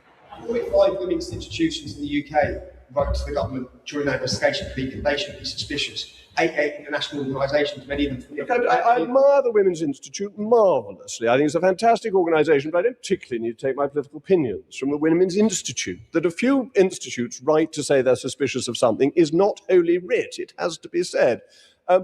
It's the question. I won't give way any further, because I do need to allow people to go home and to bed, to sleep, perchance to dream. But I wish to, or in some cases they may have other intentions, but I won't go into that. They may worry it's not allowed under some laws or another, and it's probably not allowed by Holy Mother Church either. So anyway, I'm expecting everyone to behave very well. I want to stick to this constitutional point because we should be so proud of our constitution. And what is it? It is democracy, it is the rights of property, it is the rule of law, it is freedom of speech. If you go back to my great hero, Sir John Fortescue, he set this out in the 15th century, saying why it works in this country, why we are prosperous, is because the king is under the law, not the law. And that's why, over hundreds of years, we have reached, and countries like us have reached this level of prosperity, which Constantinople failed to do, because in totalitarian, despotic regimes, what you make can be stolen. This isn't Islam. It was the way Constantinople was run. And if you look at the Islamic countries, most of them have very corrupt and bad governments. And that has led to serious problems for them. And the ones that have money are beginning to try and copy us. So the UAE and very slowly Saudi Arabia are trying to develop to be more like us. If I were in Saudi Arabia, I would be saying I'm very suspicious of Christian values because that's what they're beginning to have imposed on them. Why? Because our values work. Our values have led to prosperity and they support freedom of religion. But I'm going to upset all my friends who I've been supporting this evening at this point, because fundamental to our values is, of course, our Lord and Savior.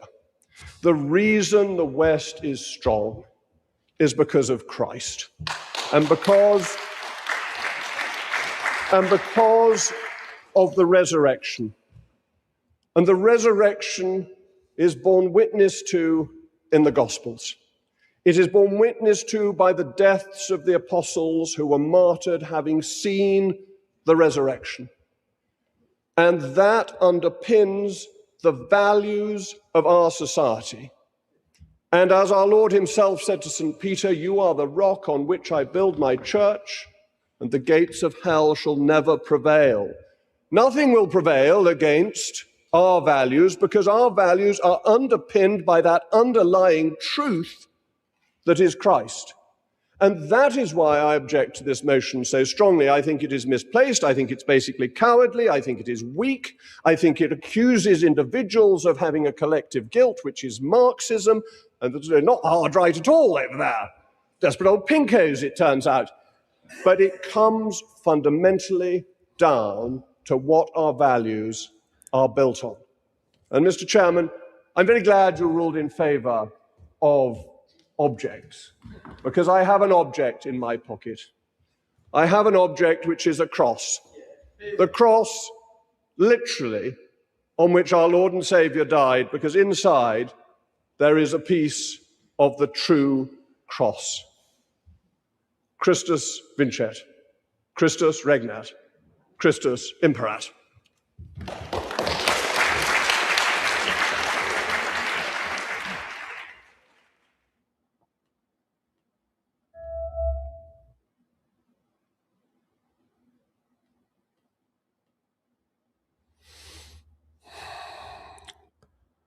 Can I vomit now?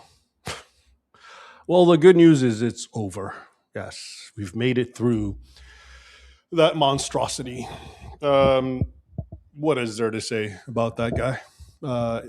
All his history is false. He's actually putting up Muhammad II, one of the most depraved, sick sultans of all time, and he's using him as a model, okay, as a reflection of how great Islam is. And I'm not impressed with his little invocation of Christianity at all, because he's using it precisely as a doormat. Yeah, he's reminding us: be a good Christian, do not be suspicious, lay down, and be a good Christian, be a good lad there. And I'm throwing off some lofty words about Christ, etc., and that should make it all good, and we'll all clap, and that's the end of it. Yeah, nice try. Whatever. All right, I don't know what else to say. We've watched the whole thing. We've watched it in 2 parts. I've given you a lot of my commentary where it mattered. It seems like at some point it really stopped mattering because nothing really was being said. So let's look at some chats here. And we've really gone on, so let's wrap this up.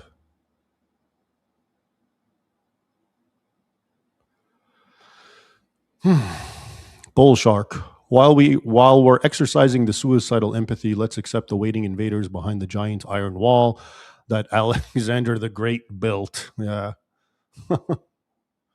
which even Muslims believe. The hordes. Lies destroy lives. It's hard to explain away all the attacks on website. The Religion of Peace. Yeah, that's a website which I think lists all nonstop Muslim attacks. And if you ever want more, that guy who was talking, he seems to be a Christian. Well, maybe he should look at what I've been writing every month since 2011, monthly reports, Muslim persecution of Christians, which every month it happens in the dozens of different atrocities every month. Massacres because someone's Christian, churches destroyed, bombed, burned, Christians murdered, Christian girls raped, forced into Islamic marriages, blasphemers, apostates attacked, killed. Yeah, if he was a real Christian, maybe he should look at that. Lies destroy lives. If a Muslims speak up for persecuted Christians in Islamic lands, I'll consider what he has to say. Exactly. Good point. That's kind of where I was going with that. He's giving us fake history about greatness of Islam. He's given us accurate history about, let's say, science and technology amongst Islam, but it's neither here nor there. Just because they have that doesn't negate the violence and intolerance and reasons to be suspicious, does it? Deus Vult Club. I wasn't going to drink tonight, but this debate has compelled me to. I feel your pain. Cheers, Ray. Yeah, you and me both. I wasn't either, but, there's only one way to numb the pain I just experienced from this last crop of people. I'm kidding. It was only a couple. Sunshine. Hi.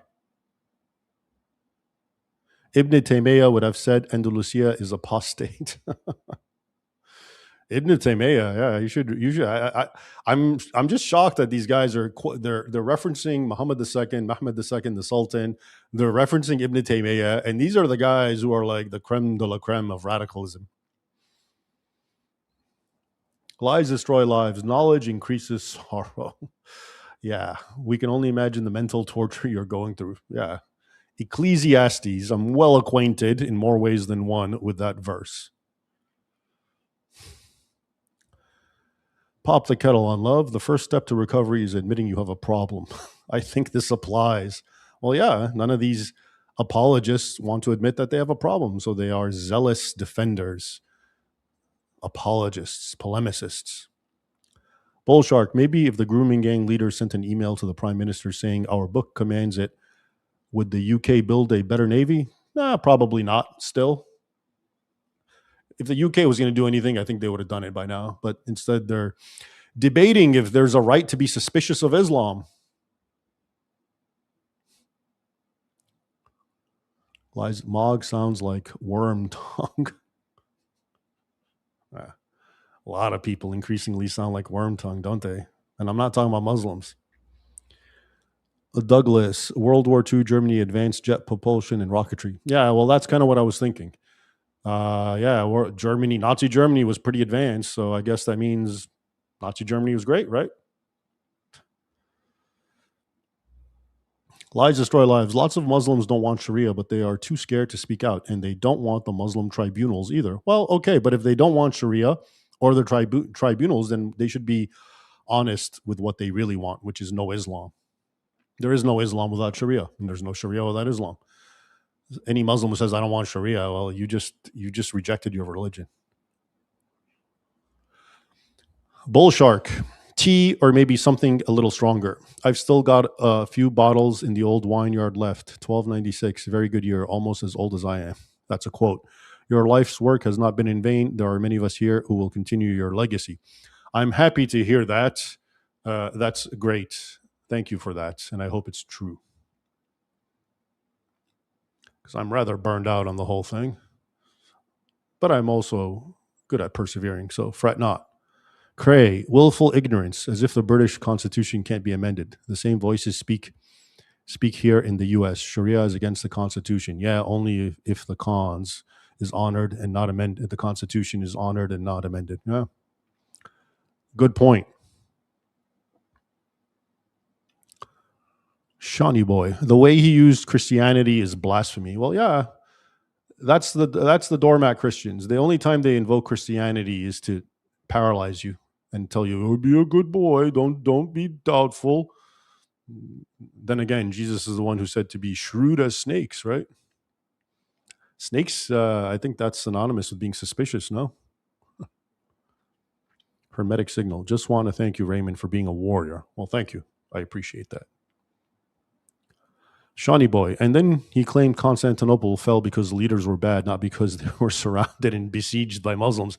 I actually heard that and wasn't sure what he was saying, but is that really what he was saying? It kind of makes sense going with everything else he was saying, which was pretty asinine.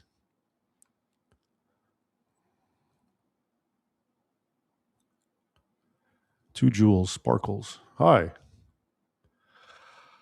All right, ladies and gentlemen. Oh, look at that. Almost exactly 3 hours. Thank you for joining me. We've come to the end of this live stream. We've watched the whole thing. I hope it was worth your while. I found, like I said, the arguments very, very weak from the Muslim side. Extremely weak and full of holes. But then again, what are you going to do? That's if you're trying to defend something that is false, it's going to be hard. It's going to actually depend on the people you're going against and how well they know the truth. That's really what it all comes down to. If you're a Muslim apologist and you're dealing with someone who doesn't know all the facts, yeah, you might be able to get away with it through your sophistry and your little games. But if you deal with someone who actually is armed with the facts, it's going to be actually next to impossible. So I hope this was beneficial for you all. Thanks for joining me. And until next time, and do join me for the live stream I want to do based on how to show you how all of this is actually unnecessary and superfluous. There is no need to debate. Muslims don't debate each other about what is and isn't Islamic, because there's an actual very strict methodology to determine if this behavior, if this act, if this deed is Islamic or if it's not. So we don't have to listen to, some, excitable little girl yelling and huffing and puffing about this is what Islam is, as if she's some kind of mufti or anyone else. It's actually very easily ascertained, and we will do that. So stay tuned for a later live stream, hopefully, possibly later this week. Until then,